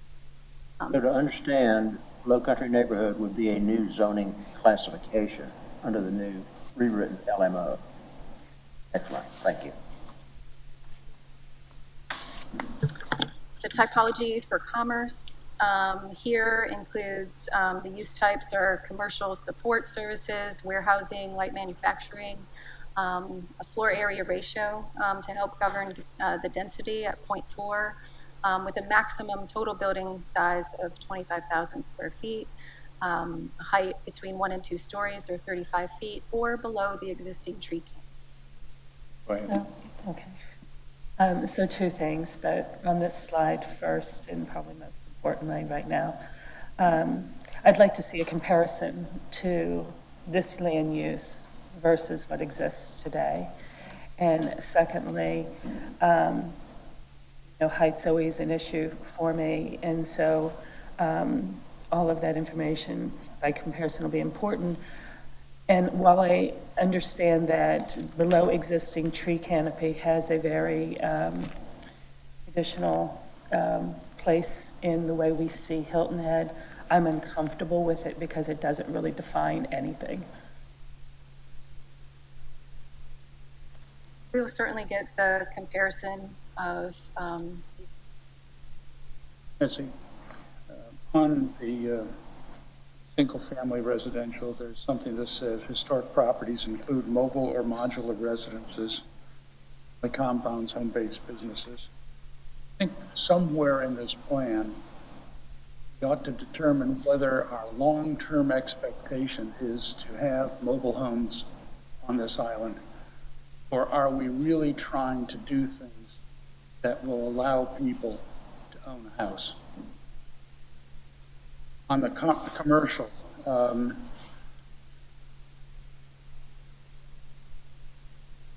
I'm seeing in this area neighborhood commercial as a potential related to the historic neighborhoods, because I think those two connect. But 25,000 square feet sounds like something extraordinarily large for what I'm considering neighborhood commercial. So I'm not sure what's going on there in terms of that proposal.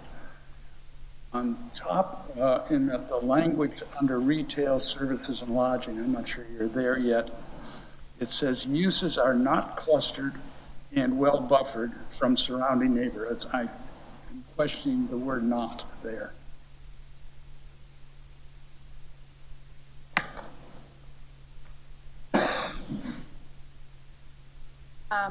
the neighborhood commercial that was identified within the Mid-Island District, that also is a recommendation with the family compound and family subdivision use type, is still within those historic properties at that 25% ratio. It's later in the implementation section, but we certainly will look at those other areas that were brought up. Well, again, it says uses are not clustered and well buffered. My vision, if we're going to have commercial in this area, it is not aggregated, it's allowed, it's small in scale and it's compact. And certainly I would expect it to be well buffered. So I'm just questioning the sentence that says uses are not clustered or well buffered from surrounding neighborhoods with ample landscaping and setback. And can we just go back to that other page? Yeah. No, the one before that, the low country neighborhood. So I'm concerned about what home-based businesses might change from what we currently have in our land management ordinance as a definition. I need more information about that. And with regard to density, I see this as one island with everyone's rights being the same. And so the separation between 6 dwelling units versus 4, if we have 6 for one, then we have 6 for the others, or vice versa. I don't like the separation. That separate category. It's either good for everyone or not. So, but I certainly am interested in learning more about what home-based businesses looks like that might be different than what our current standards are. That will probably come out in the LMO, or whatever we're going to call it, standards. It would, some of this is just conceptual level at this planning effort that we're at right now, and would get further refined and defined during that actual code writing process. But we can add more to the vision, this document, that would be the informing, language. I would just highlight those areas, as I will in mine, to continue to refer back to, so that, it doesn't get so far down the road when it's presented and the question hasn't been asked and the opinions haven't been considered. Following on Ms. Becker's comment, as I recall, when we created the family compounds and the family subdivisions, we allowed this greater density as part of the policy decision behind creating these districts. This follows on with exactly what's already been adopted. Family compounds and family subdivisions were not adopted with additional density. The Mid-Island District Plan did recommend for historic neighborhoods within that district a density between 6 and 8. Okay. I stand corrected on that. Thank you. And see, I would anticipate and at least hope that it would happen, that the historic neighborhoods had a place that began to describe what they wanted their community to look at like. So I think there's another level of stakeholder input to develop this plan. And I guess I'll just point out some of the obvious. The historic neighborhoods are defined, but within those historic neighborhoods, much of the area has already been developed. And so that change, that opening up to historic neighborhoods that haven't been developed, that have room for many of the ideas and concepts and that have been coming through. There are others that have been established, sold, resold, and developed. And I don't see a distinction between that. And that's one of my first comments, was watching out carefully that those folks who don't necessarily live behind the PUDs and have invested, developed, and planned their lives in areas outside of the gates aren't impacted in ways that this is the only protection they have. This is it. We don't have, you understand what I'm saying. And so those changes aren't necessarily appropriate across every area. Okay. Any other questions on the commerce future land use? Retail, service, and lodging are, restaurant, services, retail, with the density that is proposed based on performance standards. Height limit of 35 feet, again, with that below the tree line component that we will certainly look to define better. Let's see on that one. A 2-story commercial space is a real commitment to commerce. Again, I'm asking the question, are we going to be encouraging significant commerce in this particular area? Now, we can develop nodes as we develop the plan, but my immediate reaction is the 25,000 square feet and 2 stories is pushing that maybe isn't appropriate in this particular area. There's parks and open space in the future use with a density that is not prescribed yet, height of 1 story or up to 30 feet buildings. Similarly, the religious institution or cemetery land use with a maximum GFA of 25,000 square feet, a floor area ratio of 0.4, 1 to 3 stories or up to 45 feet is the recommendation. I'm just curious, religious institutions, cemeteries, and the necessity for height of 45 feet.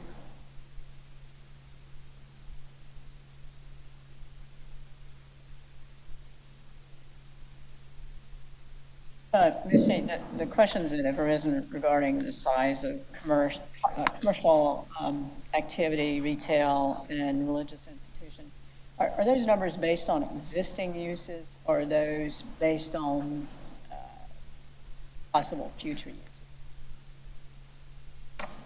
The maximum 25,000, that was to govern the floor area ratio a little bit. So even if it's a larger parcel, the maximum building size is 25,000. Okay. What I'm thinking of is that there's some commercial spaces now along Marshland Road, and I wondered about the average square footage of those buildings. And I think if that wasn't considered in determining this recommendation, then take a look at those existing commercial spaces, and so we can know those sizes and determine the appropriateness. Because just looking at the future land use map on page 31, there's very limited areas for commercial space shown as possible future land use, and it appears as though well, some of that, and I'm sorry, I said the wrong road, Spanish Wells. Didn't mean Marshall. I meant Spanish Wells. But just comparing what the existing commercial spaces are there to what this recommendation, I think, might be helpful. And I think most of those are one story. I'm hearing that there's a desire to do a comparison of these future land use with existing for all of these future land use typologies. So we will make sure that we make those refinements. Missy, the fact that we are creating a boundary, calling it the Marshes District, doesn't necessarily translate into a zoning map of just one area. I mean, it could be two, could be three zoning classifications ultimately, isn't that correct? Right, so this will be blended with all of the districts, and there'll be one large future land use map with all of these future land use typologies island-wide. What I'm getting at is the commercial on Spanish Wells Road could remain as a commercial district, not encumbering the rest of the Marshes area to have the same commercial standard. Subsection. A subsection of the bigger. Before you leave that future land use, I pulled out the Mid-Island District. I was just wondering how many different, because we have a lot of zoning districts in our current LMO, and it'd be great to reduce the number of districts and certainly to modify the standards within those districts. But I was just looking at pages 52 and 53 of the future land use for Mid-Island, and there's a lot of areas listed. And then but I don't see the low country neighborhood. So I guess after we look at all the districts, then we're going to go like, okay, how many zoning districts then are appropriate? And are there different performance standards based on different areas? So I think that's where we will be headed, but right now it seems like we're just adding a lot more. Okay.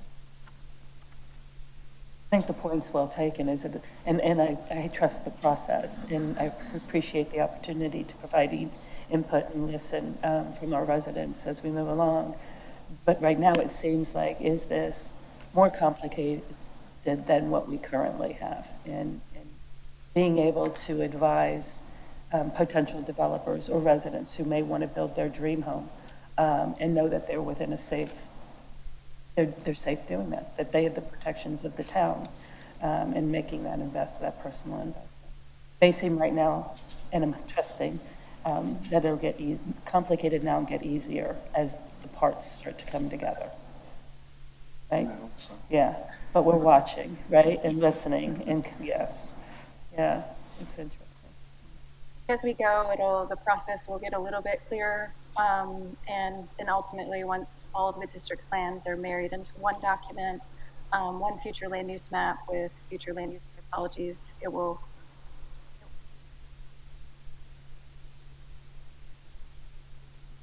So as far as strategic direction on streets and pathways, again, some of this was covered previously, but it really is looking at consideration, again, of additional connections and improvements for safety and overall usability, whether it's a roadway or a pathway. Making those connections is critical for the health of the district and how you choose to move throughout the district. Again, it highlights the improvements to the two intersections that we talked about previously at Spanish Wells and Jonesville and Spanish Wells and Marshland. It also includes some street typology cross sections. They're consistent with what is proposed in the corridors plan, but it does show some cross sections for Marshland Road, for Spanish Wells, for Jonesville roads, and for local streets that are created within the district. Are Marshland and Spanish Wells 60-foot right-of-ways at this time? It's just a desire to. I can check on that. Yeah. The cross section currently shows a 65-foot width, but I can check.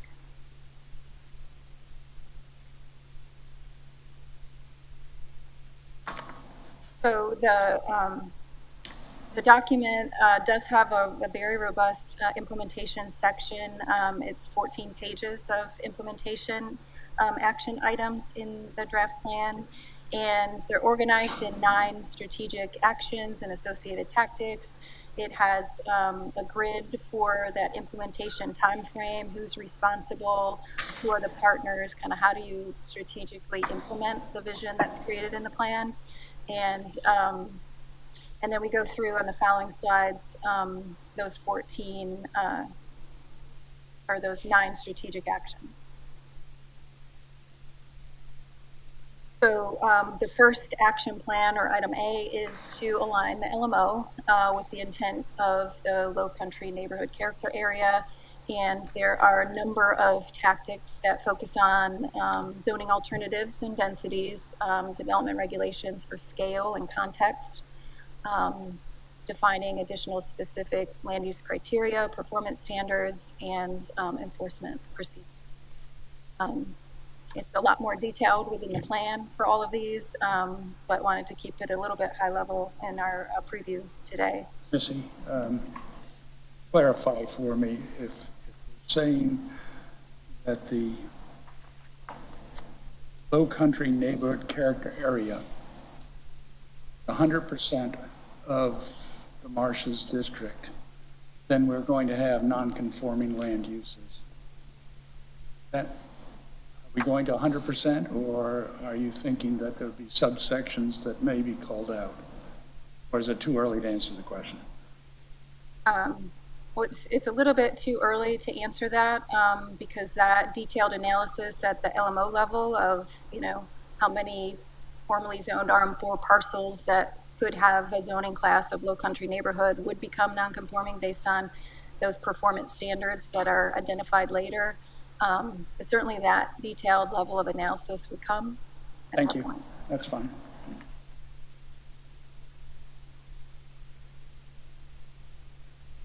So action plan B is to look at those guidelines and architecture standards that define what Low Country residential looks like. So it's to develop those clear standards that reflect the Low Country character, incorporate those design guidelines into the code, consider design review alternatives, and then those use standards to promote more sustainable and resilient use, keeping in mind that this is the Marshes district and a large area or land masses within that 500-year floodplain. I think this is an important aspect of all the plans is incorporating, I've asked for quite some time, and I know that lots of stuff is going on. So, but one of the priorities for me is making sure that our design review board has a better guide to be able to help them when they make their recommendations. They're very smart, very talented folks who pay attention to what's being built on the island. And I would love to see that design review board give them the teeth that they need so that when they see a plan coming forth, that they can make recommendations, and those recommendations are required moving forward to get the project moving forward. I've heard lots of comments around Aquaterra and the failures and the displeasure that the area residents, the island residents have to that development. And as I sat through that process and listened to the various committees, there were times when there were recommendations made that would have made it a better project, that probably would have taken the edge off of what we see now, that the design review board and others didn't have the teeth wire. I see that also on Follyfield Road, worried about the development of the timeshares there. So this, for me, this piece of it is really important that we get that right. Oh, I see it here. I just wanted to make it really clear that this is important to me. The detailed recommendation does suggest expanding the purview of the design review board, as well as the possibility of transitioning some of those design guidelines into actual development standards. So codifying some of what was or currently is guideline into regulation. So that is included in the recommendation. That's a big benefit to the town. So action plan item C is to look at amending and addressing our subdivision regulations to match. Some of the tactics that are specified include, access management, aesthetics, site design, context sensitivity, like requiring sidewalks, reevaluating some of the requirements for zero lot line subdivisions, looking at setbacks and buffers and adjacent uses and those requirements, realigning some of our open space requirements, evaluating environmental and historic protections, setback requirements, access management within those developments and how they connect to the community at large. And then looking at like eliminating of some of those loopholes that we currently find with some of the existing development. Action Plan D looks at expanding parks and open space throughout the district. There are 4 tactics identified in the draft plan, focused on mainly recreation, open space, connectivity, building the racket facility, consider the use for the stables property that the town acquired, identify other opportunities for parks, open space, access to the water, expand our pathway, sidewalk connections, access to parks and cultural sites within the district. So thinking about how we move through the facility, how the public realm and those assets within the community can be strengthened or enhanced or expanded. And just a point, because I'm making comments, if you go back to that, consider public uses for the paddock stables property. We've been specific about build the racket facility.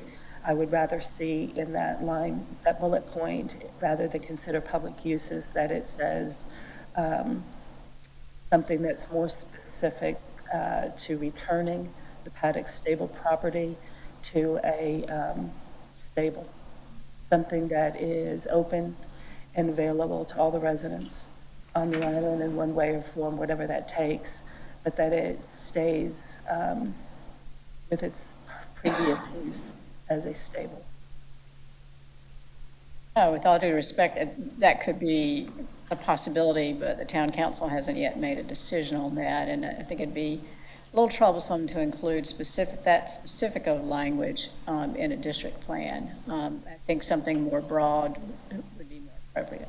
Well, we've also made specific reference to a racket facility, and while I'm not suggesting that anything that I say is to be taken and implemented without consideration by all the council members, I do want to make my voice clearly heard, and I believe it's the desire of the residents, not only in that area, but across the island, that we use these parcels of land that are public monies purchasing for the benefit of the being that conservation piece put into place. And this is one area that I'm going to make my voice continually well heard.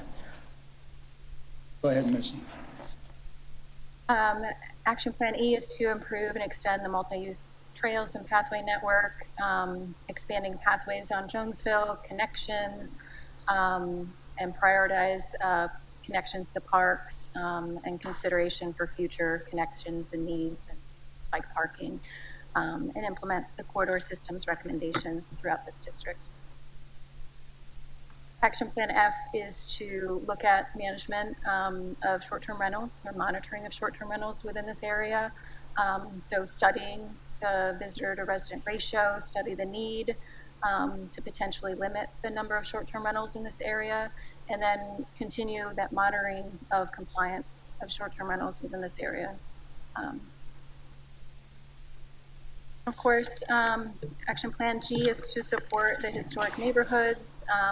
There are a number of specific tactics focused on implementation of the Gullah Geechee Cultural Preservation Project report that includes the uniform density standards, the allowance of the 6 dwelling units if it's developed as a family compound or subdivision, calibration of those setback and buffer standards, the allowance of the neighborhood commercial, similar to what was recommended in the Mid-Island District, and then to monitor those vulnerable properties, and then update that survey of existing heirs property within the area. Have a comment on that, or does anybody else have a comment on that? I see this topic as being complex, but the community is going to have to really understand the choices here. And the reason I say that is that on one hand, we are trying to create an environment where Native Islanders, the Gullah Geechee, who have been here for years, an opportunity to find value in their land and in their community culture. And on the other hand, have standards that apply and are understood by people who have bought real estate on the island in the last 5 years or 10 years or whatever. And I think that those two are not necessarily in alignment. And what I'm thinking about is the issue of 6 dwelling units per acre. Maybe a way of dancing around that would be with some understanding of design standards. It mentions a traditional or historic pattern of 75% residential, 25% neighborhood commercial. Is that on a single structure or is that in an area? That is on a parcel level. Okay. I'd like to understand that, because where I'm headed in this is that the real opportunity to solve both problems, how those neighborhoods are planned, where that commercial takes place, whether it's solving a really traditional use of commercial within an area or whether it's an implant for some other purpose. So I think there's a lot going on there. And then also, I think it's already been mentioned that in this area, there may be housing which could consider to be affordable or workforce housing. If we are talking about 6 dwelling units per acre in some cases, then I wonder whether or not staff ought to be investigating accessory development units or mother-in-law suites or something that provides an economic opportunity for the Gullah Geechee and these neighborhood compounds to benefit by having some kind of workforce housing on their property. And I think there's an incentive program there that might work. But again, it's a complicated issue. I don't know how to sort that out today. Thank you. Just, if I can, because is what you're suggesting with a accessory unit double then, the 6 dwelling units per acre in this family compounds, family subdivision area to 12? I don't have an answer to that. And do we yet have an updated definition on dwelling unit? Not yet. Coming.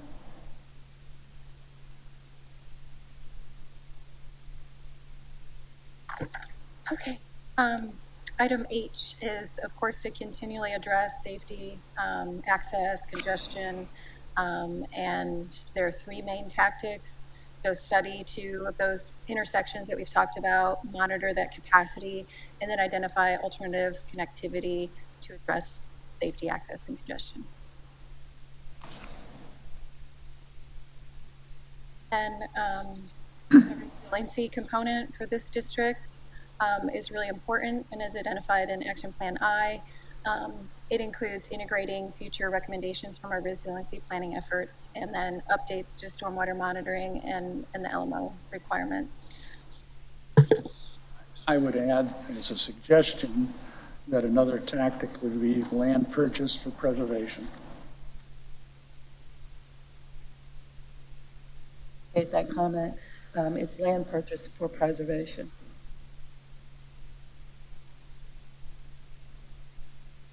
So what comes next? Certainly it is further public comment, feedback, engagement on the draft plan, additional refinement to the draft plan. We're going to implement communications and engagement to get that feedback. We will then work to finalize this draft. And then, of course, it will be integrated within the full growth framework and master plan. And then the outcomes as we get to implementation in next year would be to integrate that with the LMO amendment process overall.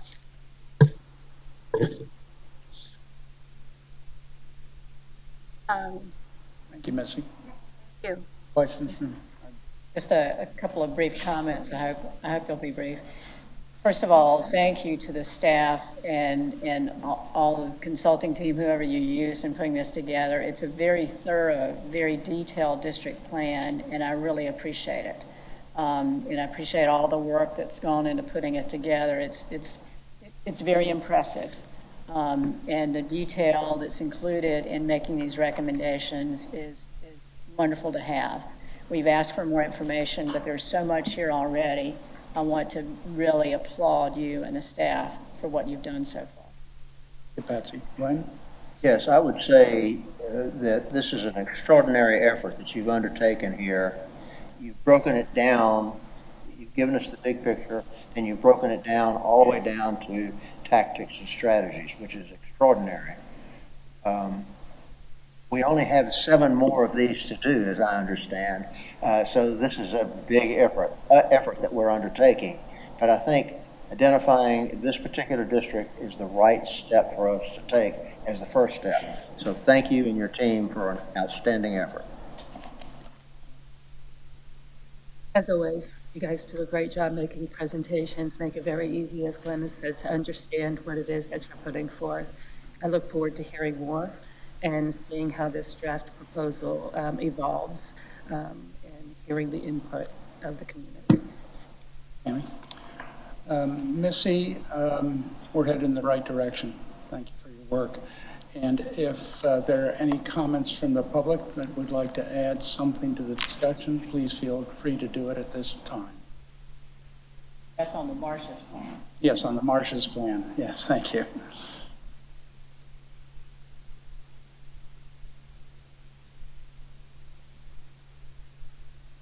Missy, and for your energy and bold actions. As part public, as a resident on the island, I would encourage council members to reach out to your constituents in your ward, because we really need to understand the purpose of the overhaul. I think that's one of the largest LMO changes or initiatives since 2014. I would love to know the purpose of this overhaul, and also I would like to know the economic impact in terms of space displacements, and also in terms of the residents' property values. And also I would like to know more about the impact on island living, as Council Member Stanford pointed out. I would like to see more land preservation and also curtailment of Airbnb type of short-term time sharing in the plan. I understand this is a comment specific to the marshland plan. However, I do want to comment on a comment that was presented about the island of mixed use earlier by public. I think that one is the shared parking. I think that public needs to know that USCB actually owns the land for the parking spaces, and it's not a free give of the parking spaces. It's a lease agreement, because the private developer is going to use his own land to build student housing. So that's why it's not a free use. And then second, I want to point out the comments about the rental prices or rental cost. The beauty of this agreement or this development is because it's a direct rental agreement with the employers. So it's up to the employers to negotiate the compensation package with the employees and offer housing subsidies to the essential or critical workers for the organization, which takes the government out of the role of picking winners or losers, or the role of making eviction decisions. I just want to make that known to the public comment earlier. Thank you very much. In the interest of time, if there are other public comments, please reserve them on the Marsh's discussion. Afternoon, or it is afternoon almost, I think. Yeah, it is afternoon. I'm Kerry Kelly. I'm the general manager out at Indigo Run. And I just wanted to point out, one, I want to thank the staff for all their great work on this. I just want to make sure everybody's aware there are 2 Indigo Run neighborhoods that are specifically highlighted in this Marsh's plan: River Club and Broad Point, which includes the Owners Club, but also the fact that Indigo Run PUD, our development, has common property on that side of Jarvis Creek, where it butts up against some of these air properties. And one of those parcels is an 11-acre plus property right outside our Marshland Gate that is currently being, was put up for auction by the heirs. Judge Dukes is working on to put it back out again. So I'm just trying to figure out, from my perspective and ours, of course, is what is the impact of any development going to be on Indigo Run of that parcel? Because it does butt up against our property, essentially the association's property. And then what changes, I know this wouldn't take effect, is my understanding, till council actually approves all of this. How's that going to impact the value of those properties as it moves forward? And again, I just want to applaud that. I'm going to reach out to Sean and the team here and make sure that we're engaged. But I want to thank you all for your great work. Thank you for your comments. Appreciate that. Ma'am, is this reserved to the Marshes County? Thank you very much. Hi, and again, my name is Sherry Michael. I'm Indigo Run. First of all, I want to say I really had a hard time hearing. So if some of these things were answered, I'm sorry for asking the question. My first comment is that I really want to make sure that the people who lived in this area, in the Jonesville area, in the Marshes area, that they were consulted and they were talked to, and we got their opinions, and they're going to say, yes, we think this is a great plan for our community. I feel I feel the town just can't go in and just say, okay, this is what we're going to do. I think it needs to be up to the people. And yeah, my second comment is I just hope this isn't going to be the beginning of too much government overreach into our communities, where the government's all of a sudden saying, okay, you have to do this, buildings have to look like this, and you have to have sidewalks, you have to have this. I think it should be a community type development for each one of these, and it just depends what the people who live in that community want and the people who are on that property. I think from what I heard, didn't hear, a lot of that was not being discussed. We were not going and saying, okay, this is really what the people want. This is how they want to live. This is how they want their design to be. And I think those are important issues that you need to look into. Thank you. Thank you. I appreciate that.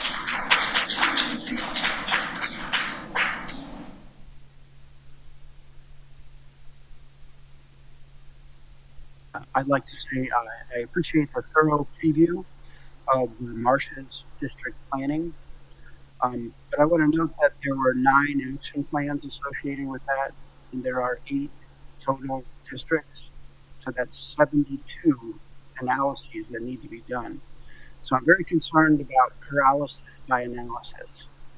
In addition to those 72 action plans that need to be reviewed and discussed, there are also considerations of the impacts on the 11 PUDs that are not included in the districts. And then we have the rewrite of the LMO. And also, I may have missed it, but I didn't see anything there about a better definition of dwelling units. There was some discussion of 4 versus 6 versus 8 dwelling units. But just looking at 4 units per acre, is that 8 bedrooms or is that 40 bedrooms? I think if that's not defined, it complicates everything related to the 72 action plans. So I just encourage you all on the planning committee and the council to not suffer from paralysis by analysis. Very much. Yes, ma'am. Question. When it comes to these proposals and such, are you guys reaching out to the community first and kind of letting them know, hey, this is what we're planning? Or is it our responsibility to find out when you're analyzing these areas?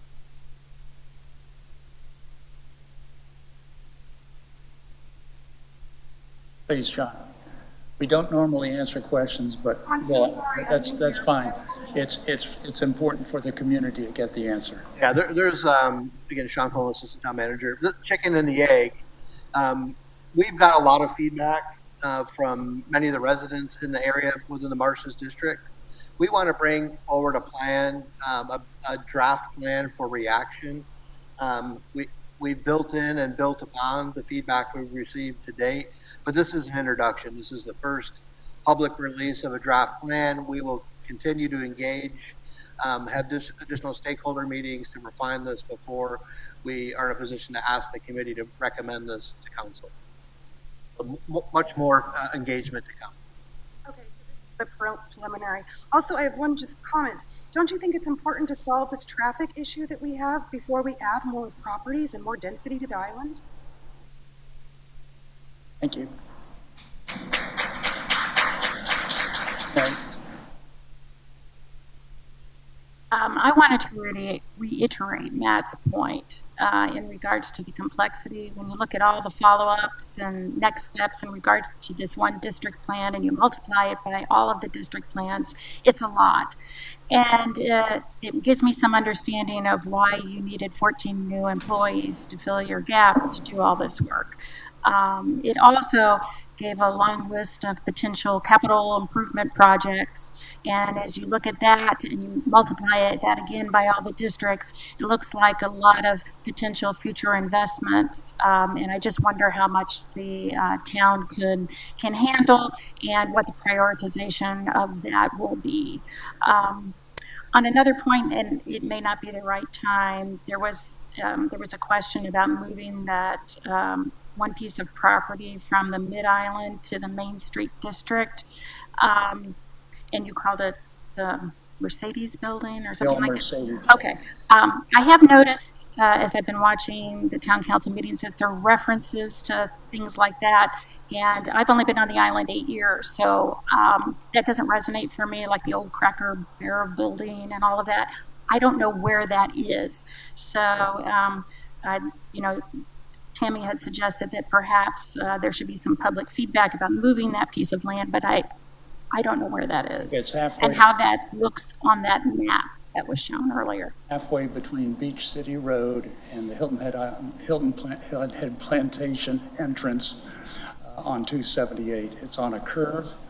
That land was sold or purchased by the town maybe 4 years ago. I'm not really sure, but I would suggest that you go to the town website and look at the town-owned properties. You'll be able to see it there. I know which one you're talking about now, and it was cleaned up, and it looks significantly better, so I want to compliment you on that. Okay, thank you. Any other further comments at this time? Yes, Daniel.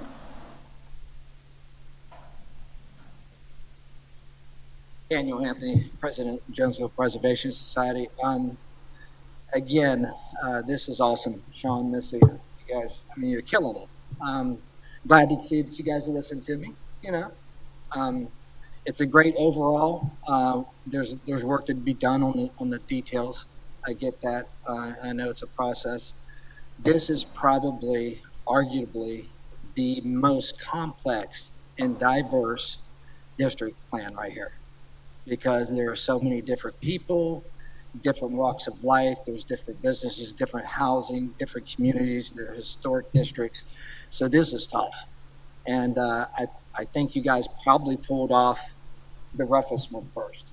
But being that with the property that we have there and the threat of development, I really appreciate them taking this and putting it first before the others.